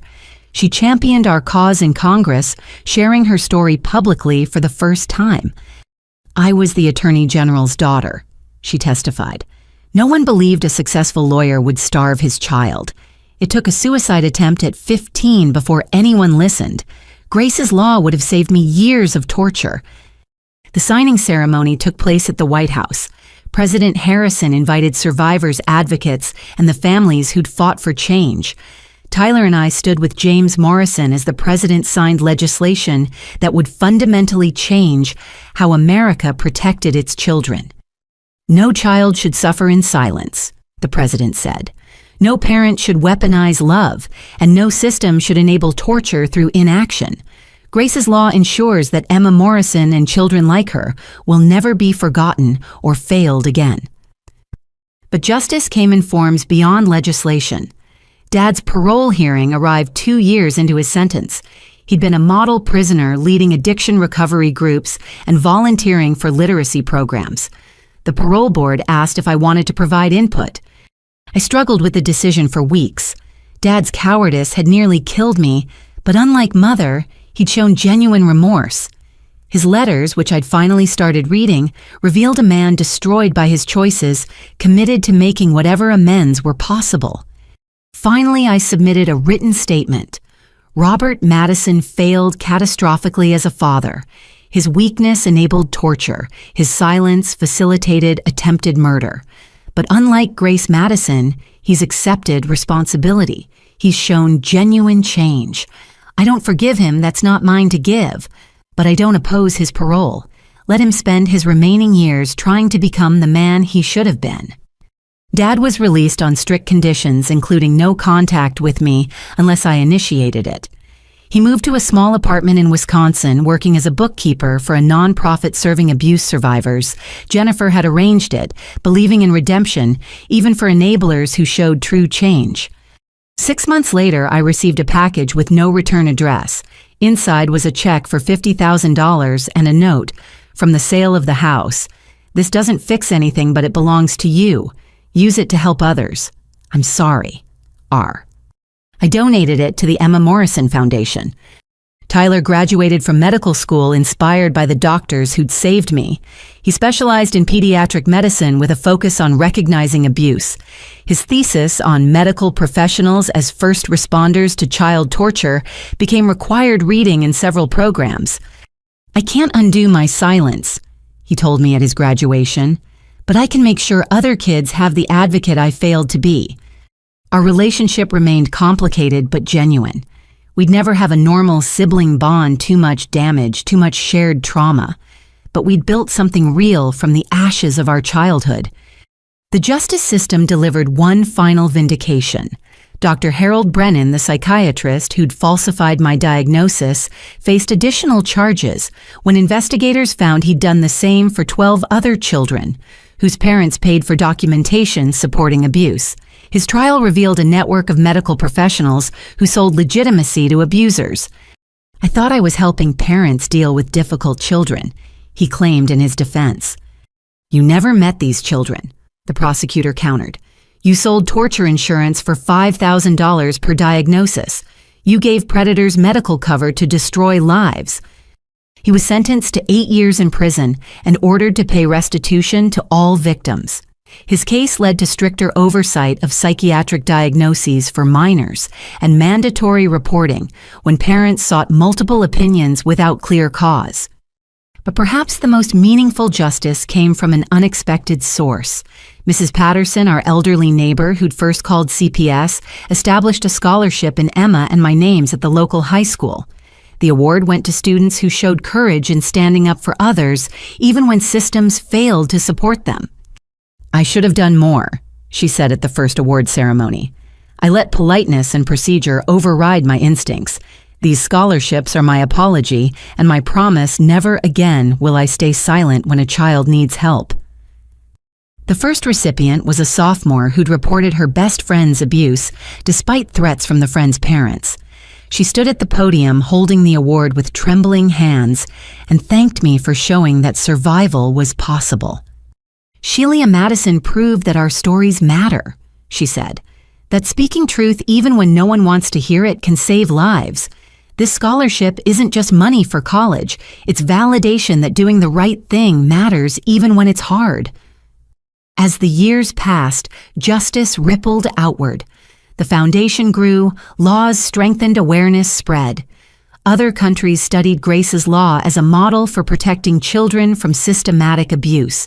Medical schools added mandatory training on recognizing torture disguised as parenting. Social workers received better resources and support when challenging affluent abusers. Mother remained in prison, increasingly isolated, as her delusions alienated even fellow inmates. Reports filtered back that she'd started a hunger strike, claiming the prison food was contaminated and she needed to purify herself. The irony wasn't lost on anyone. She'd weaponized starvation against her daughters, and now it had turned on her. She lasted 2 weeks before medical intervention was required. Forced feeding the thing she'd denied her children kept her alive against her will. The woman who'd claimed absolute control over food and bodies found herself powerless subject to others' decisions about her survival.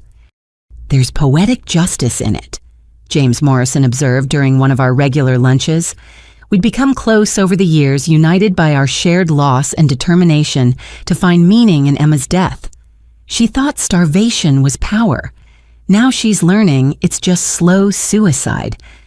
Mother survived her hunger strike but emerged diminished. Photos from a recent court hearing showed a skeletal figure, her body reflecting the torture she'd inflicted. She'd achieved the thinness she'd forced on Emma and me, and it had brought her nothing but weakness. The final legal victory came when the insurance company that had paid out on Emma's death was forced to establish a fund for abuse survivors. $500,000, the amount they'd paid Mother for murdering her daughter, became seed money for therapy programs specifically designed for victims of parental torture. "It's blood money," I said at the press conference announcing the fund, "paid for a child's death, but we're transforming it into healing for other children." Emma's life had value beyond the price Mother put on it. This fund ensures her death keeps saving lives. Standing at that podium, healthy and strong at 99 pounds, my body's natural weight, when properly nourished, I thought about justice. It wasn't just about punishment, though Mother would die in prison. It wasn't just about restitution, though survivors had resources now. Justice was Tyler saving lives as a doctor who recognized abuse. It was Lauren training social workers to see past perfect facades. It was laws protecting children in every state. It was survivors sharing their stories without shame. It was systems changing awareness, spreading children surviving because we'd refused to let our pain be meaningless. Justice was me alive and thriving proof that Mother's vision of perfection through destruction had failed completely. Every healthy meal I ate, every choice I made freely, every child the foundation helped, all of it was justice served daily in small acts of defiance against those who would weaponize love. Mother had tried to erase Emma and me. Instead, she'd created an army of advocates ensuring no child would suffer as we had. That was justice, her victims becoming her undoing her legacy, transformed from torture to protection. And somewhere I hoped Emma knew that justice had finally come, not just in verdicts and sentences, but in lives saved, children protected, and survivors who refused to let our stories end with our abuse. We were the justice Grace Madison never saw, coming her experiments in perfection who'd become perfectly, beautifully, defiantly human. The therapist's office smelled like vanilla candles and had too many throw pillows. But Dr. Amelia Foster had come highly recommended for treating severe trauma. 5 years after leaving the hospital, I'd finally admitted that gaining weight wasn't the same as healing. "Recovery isn't linear," she said during our first session, her voice gentle but direct. "You've done incredible work advocating for others, but when did you last advocate for yourself?" The question hit harder than any of Mother's slaps. I'd thrown myself into the foundation, into legal battles, into saving everyone but myself. It was easier to fight for others than to face the damage within. "I don't know how to just be," I admitted. "Without a crisis to solve or a child to save, I don't know who Sheila is." "Then let's find out," Dr. Foster suggested, "starting with small things. What do you enjoy that has nothing to do with your trauma?" The question seemed impossible. Everything in my life connected back to those years of starvation. Even my career in social work felt like penance for surviving when Emma hadn't. But Dr. Foster persisted, and slowly, tentatively, I began exploring life beyond survival. I started with pottery classes at the community center. There was something healing about creating with my hands, shaping clay into bowls and vases that served no purpose except beauty. My first attempts were lopsided disasters, but the teacher, an elderly woman named Ruth, just smiled. "Perfection is overrated," she said, admiring my crooked bowl. "The Japanese have a practice called wabi-sabi, finding beauty in imperfection. Your bowl has character." I cried in my car after that class, overwhelmed by the radical idea that imperfection could be beautiful. Music came next. I'd always loved singing, but Mother had forbidden it. Unseemly noise, she'd called it. Now I joined a community choir, my voice rusty but eager. We performed at nursing homes and hospitals, bringing joy to people who needed it. The conductor never criticized my mistakes, only encouraged me to sing louder. "Don't hide that voice," he said. "It's meant to be heard." Tyler noticed the changes when we met for our monthly coffee.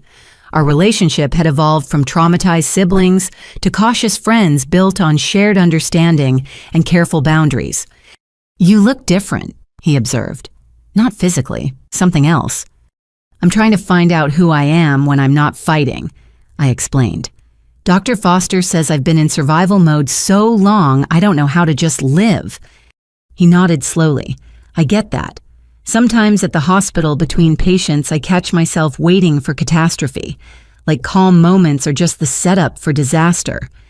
"Hypervigilance," I said. "Apparently it's common in abuse survivors. We're always braced for the next attack even when we're safe." We talked about our parallel healing journeys. Tyler had started dating a fellow doctor who understood his background without defining him by it. He was learning to accept love without fearing it would turn to control. "She wants to meet you," he said hesitantly, "but only if you're comfortable. I know family stuff is complicated for us." "I'd like that," I surprised myself by saying. "Maybe we can create a new kind of family, one we choose." Dating remained my biggest challenge. How did you explain to someone that your mother had tried to murder you through starvation? When was the right time to mention the feeding tube scars or the fact that certain words, discipline, correction to perfect, sent you into panic attacks? My first attempts were disasters. Men who fetishized my trauma wanting to save the broken girl, others who ran the moment things got complicated. One memorable date ended when he complained about his crazy mother who called too often, and I excused myself to hyperventilate in the bathroom. But then I met Marcus at a foundation fundraiser. He was a pediatric nurse who'd heard my story but was more interested in my pottery and singing. Our first date was at a farmer's market where he didn't comment when I spent 20 minutes choosing apples, overwhelmed by the abundance and freedom of choice. "Take your time," he said simply. "Apples are important decisions." He understood without making understanding his entire personality. When I had bad days, anniversaries of Emma's death or Mother's arrest, he gave me space while making sure I knew he was available. When I had good days, he celebrated without making them seem like miraculous exceptions.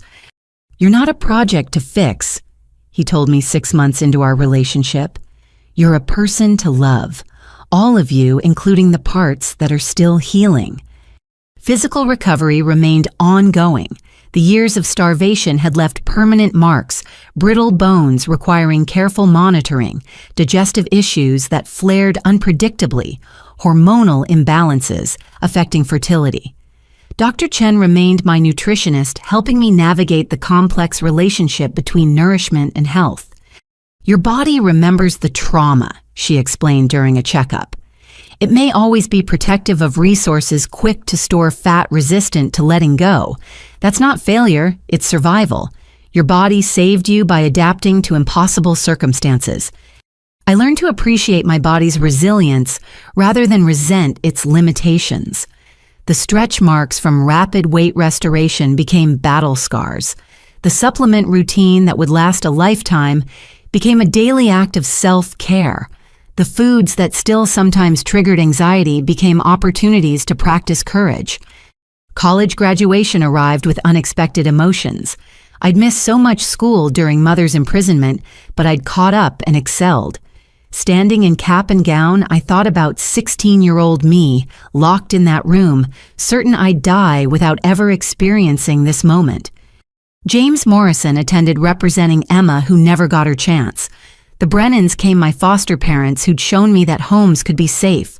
Mrs. Williams was there, dabbing tears and taking too many photos. Even Mrs. Patterson made it 93 years old and still fierce about protecting children. "You did it," Linda Brennan whispered, hugging me after the ceremony. "Despite everything, you did it." My valedictorian speech focused on resilience and redemption. I spoke about systems that failed and communities that stepped up, about survival being just the first step in a longer journey toward thriving, about imperfection being not a flaw to fix, but a truth to embrace. My mother tried to create perfection through destruction, I concluded. She failed because perfection isn't achievable or even desirable. What matters is persistence, community, and the courage to keep becoming whoever we're meant to be. The foundation work continued, but with better boundaries. I hired additional staff, recognizing that martyring myself for the cause served no one. We expanded programs while I carved out time for pottery, singing dating Marcus, and simply existing without purpose or productivity. Lauren took over daily operations, her business acumen and personal experience making her ideal for the role. "You've been in crisis mode since birth," she told me firmly. "It's time to learn what peace feels like." Peace felt like Sunday mornings making pancakes with Marcus, like pottery class where my bowls remained crooked but increasingly confident, like choir practice where my voice joined others in harmony, like therapy where I processed childhood trauma without letting it define my adulthood. The nightmares decreased but never fully disappeared. Some nights I still woke, gasping, convinced I was locked in that room. Marcus learned to wait for me to orient myself, offering water and presence without overwhelming me with questions. "You're safe," he'd whisper. "You're here. You survived." Tyler got married 2 years later. His bride Sarah was everything he needed, strong enough to handle his history, gentle enough to help him heal. I served as a groomsman. Gender conventions seemed silly, given everything we'd survived, standing beside my brother as he promised to love and protect someone who chose him freely. During his vows, Tyler said, "I learned young that love could be a weapon. Sarah taught me it could be healing instead. I promised to always choose the healing kind." At the reception, we danced to "Lean on Me," and I realized we'd become the siblings we'd never been allowed to be as children. Not perfect, but present.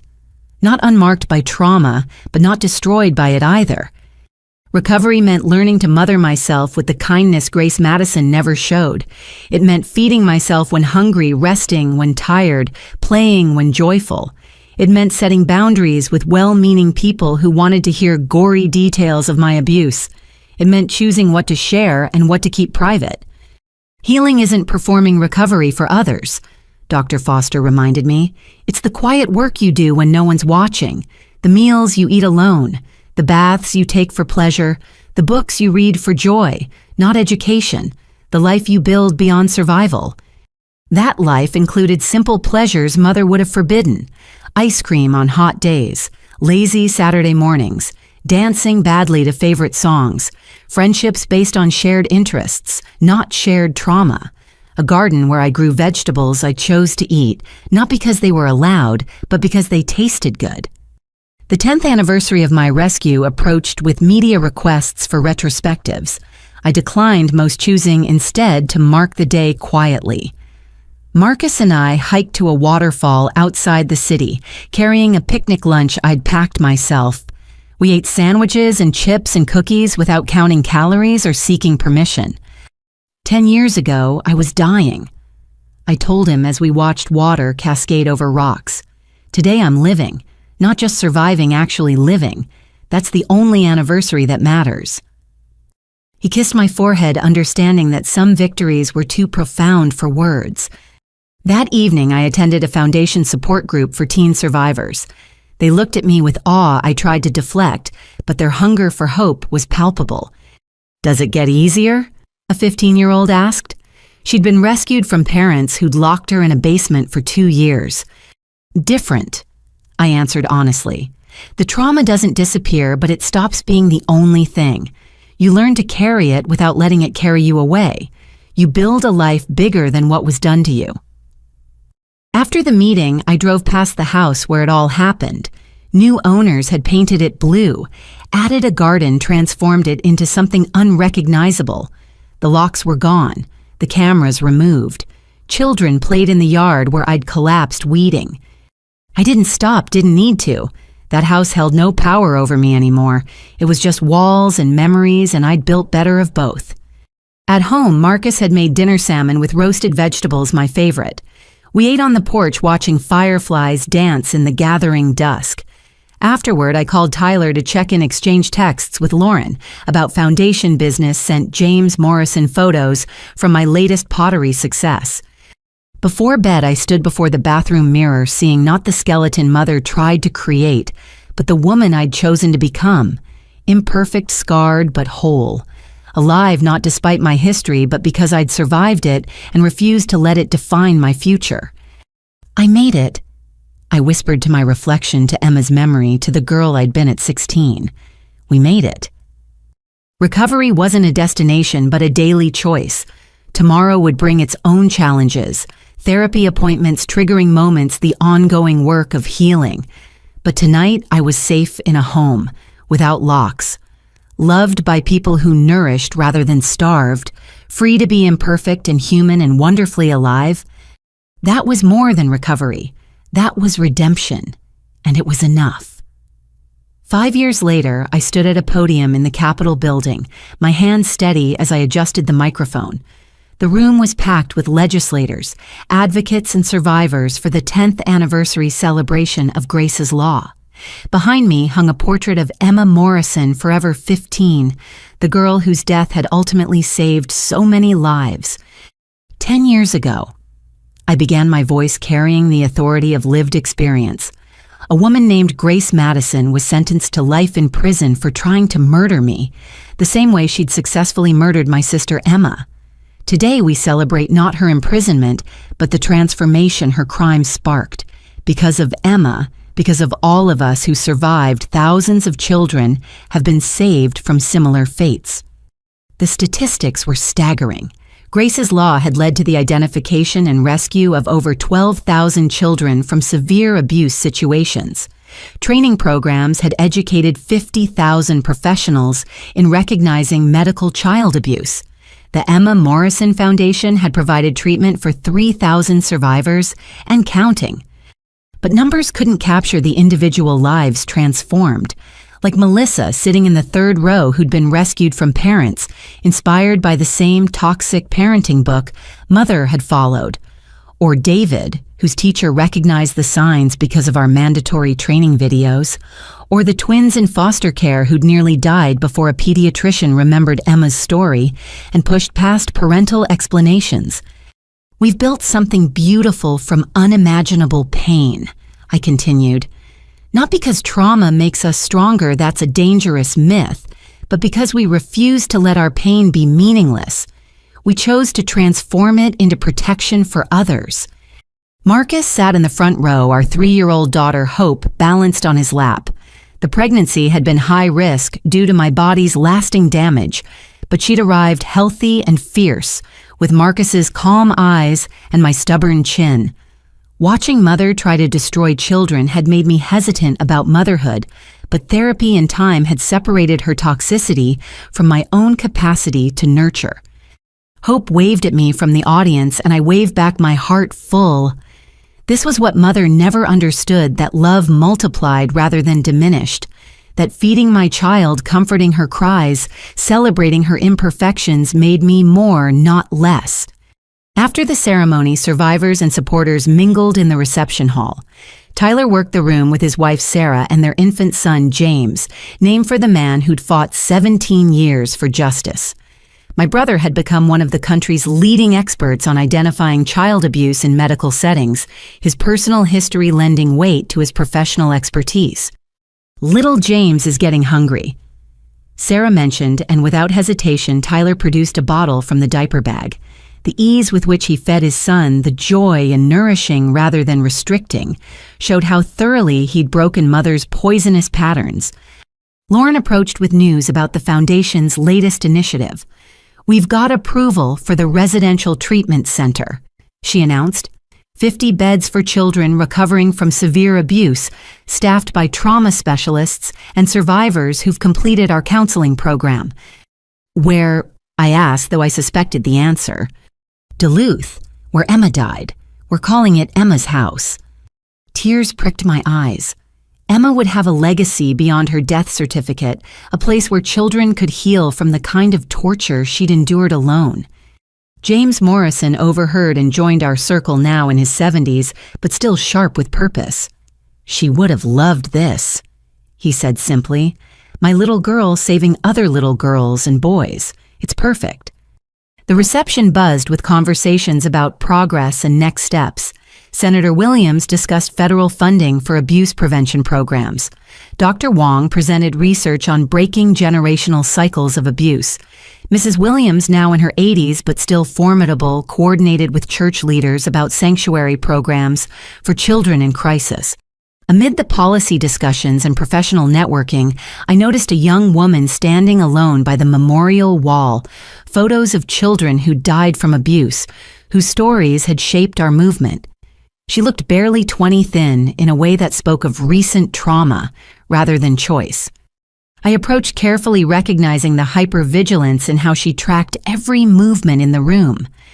First time at one of these events, she nodded, arms wrapped protectively around herself. "My caseworker said it might help. My parents were convicted 6 months ago. They had your mother's journals. They were following her methods." My blood chilled, but I kept my voice warm.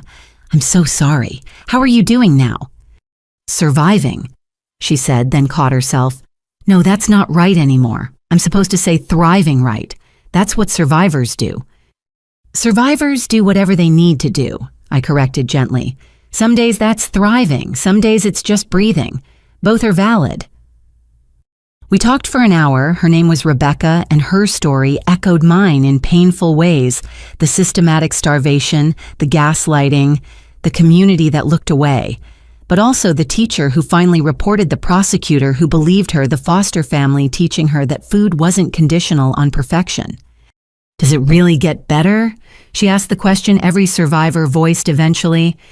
I thought about my morning hope chattering over breakfast, Marcus singing in the shower, the easy rhythm of a life built on safety and choice, the therapy appointments that had moved from crisis management to maintenance, the meals I ate without fear or guilt, the foundation work that fulfilled rather than consumed me. Yes, I told her honestly, not perfect, not without challenges, but immeasurably better. You'll build a life that belongs to you, not to what was done to you. As the reception wound down, Senator Williams announced the Grace's Law Enhancement Act, which would extend protections and increase funding for prevention programs. The room erupted in applause, but I found myself thinking about Mother in her prison cell. Reports from correctional staff said she'd become increasingly delusional, writing manifestos about parenting that no one read, preaching to an audience of guards who'd heard it all before. She'd never expressed remorse, never acknowledged the harm she'd caused. In her mind, she remained the martyred mother persecuted for loving too much. Part of me pitied her, a woman so broken she'd convinced herself torture was love. But mostly, I felt grateful for the bars between us and the laws ensuring no other Grace Madison could operate with such impunity. The event ended with a candlelight vigil for children we'd failed to save. Emma's photo appeared on the memorial screen alongside hundreds of others. We stood in silence, flames flickering in the darkness, remembering those whose deaths had forced society to confront uncomfortable truths about parents who killed with kindness, control, and carefully measured cruelty. "We see you," I whispered to their images. "We remember. We'll keep fighting." Later at home, I tucked Hope into bed, marveling at the simple pleasure of reading her a story, kissing her forehead, ensuring she fell asleep, fed and loved and safe. Marcus found me standing in her doorway, watching her sleep. "You okay?" he asked, knowing anniversaries and events like today's stirred complicated emotions. "Just grateful," I said. "For her, for you, for all of it. For the chance to be the mother I never had." We settled onto the couch where I'd left my laptop open to emails from survivors worldwide. Messages of gratitude, requests for help, updates on their own healing journeys. The movement we'd started had grown beyond anything we'd imagined, touching lives across continents. One email stood out from a prosecutor in Germany using our model to build cases against abusive parents. Another from Japan, where Grace's law had inspired similar legislation. A researcher in Australia studying our foundation's treatment protocols. The ripples of our pain had become waves of change. "You did this," Marcus said, reading over my shoulder. "We did this," I corrected. "All of us. Every survivor who spoke up, every professional who listened, every legislator who acted. Even Mother in her twisted way by being so egregious she couldn't be ignored anymore." My phone buzzed with a text from Tyler. "Turn on Channel 9. The news showed footage from the Capitol event focusing on the bipartisan support for enhancing Grace's law. But what caught my attention was the interview with a young social worker who'd attended. "Shelia Madison saved my life when I was 14, she said. "My parents were starving me and everyone believed their lies until my teacher saw a news story about Grace Madison. She recognized the patterns and reported it. Now I'm dedicated to paying that forward to being the advocate I needed." I didn't recognize her, had never met her personally, but her story was one of thousands made possible by our refusal to stay silent. Each saved child created more advocates, more professionals trained to see through perfect facades to the suffering beneath. "Come to bed," Marcus suggested gently. "Tomorrow's a full day." He was right. Tomorrow brought therapy appointments, foundation meetings, and Hope's playdate. Next week included testimony before Congress about expanding federal protections. The work never truly ended, but I'd learned to balance advocacy with life impact with intimacy.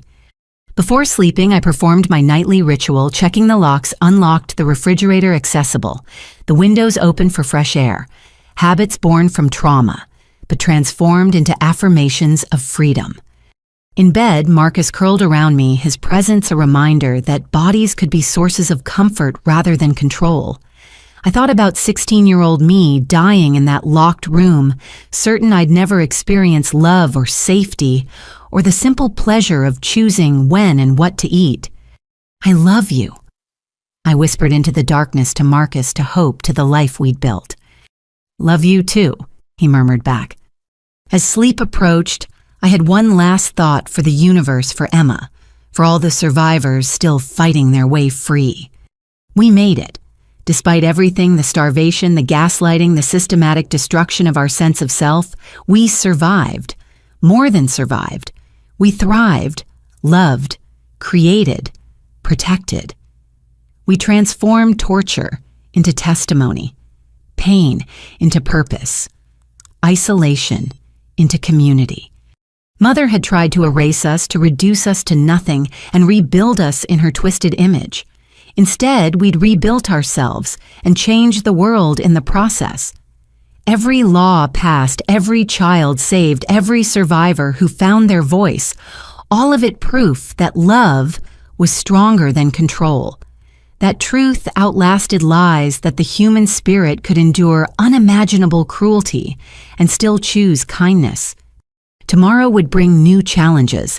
There would always be more children to save, more systems to reform, more survivors to support.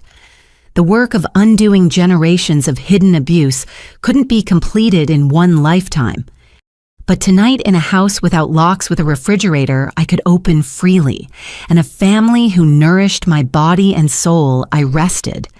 Not because the fight was over, but because I'd learned that warriors needed peace too, that survival included softness, that the greatest rebellion against those who'd tried to break us was simply beautifully ordinarily living. Emma couldn't speak for herself, but her story spoke volumes. My scars bore witness to what had been done, but my life testified to what was possible. And somewhere in the space between memory and hope, between justice and healing, between the children we'd been and the adults we'd become, there was room for all of us, imperfect, resilient, and free. The end was really just the beginning, and that perhaps was the greatest victory of all. Thank you for joining me on Shelia's journey from suffering to survival to purpose. If you or someone you know has experienced abuse, please know that help exists and healing is possible. Your story matters, your pain is valid, and you deserve safety and love.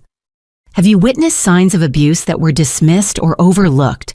How can we better protect vulnerable children in our communities? Please share your thoughts in the comments below. If this story touched you, please consider sharing it with others who might need to hear that survival is possible and that their experiences matter. Like this video to help spread awareness about hidden abuse in perfect families, and subscribe to our channel for more stories of resilience, justice, and hope. Remember, you are not alone. You are believed, and you are worthy of love that nourishes rather than starves. Wishing you strength, healing, and the freedom to thrive.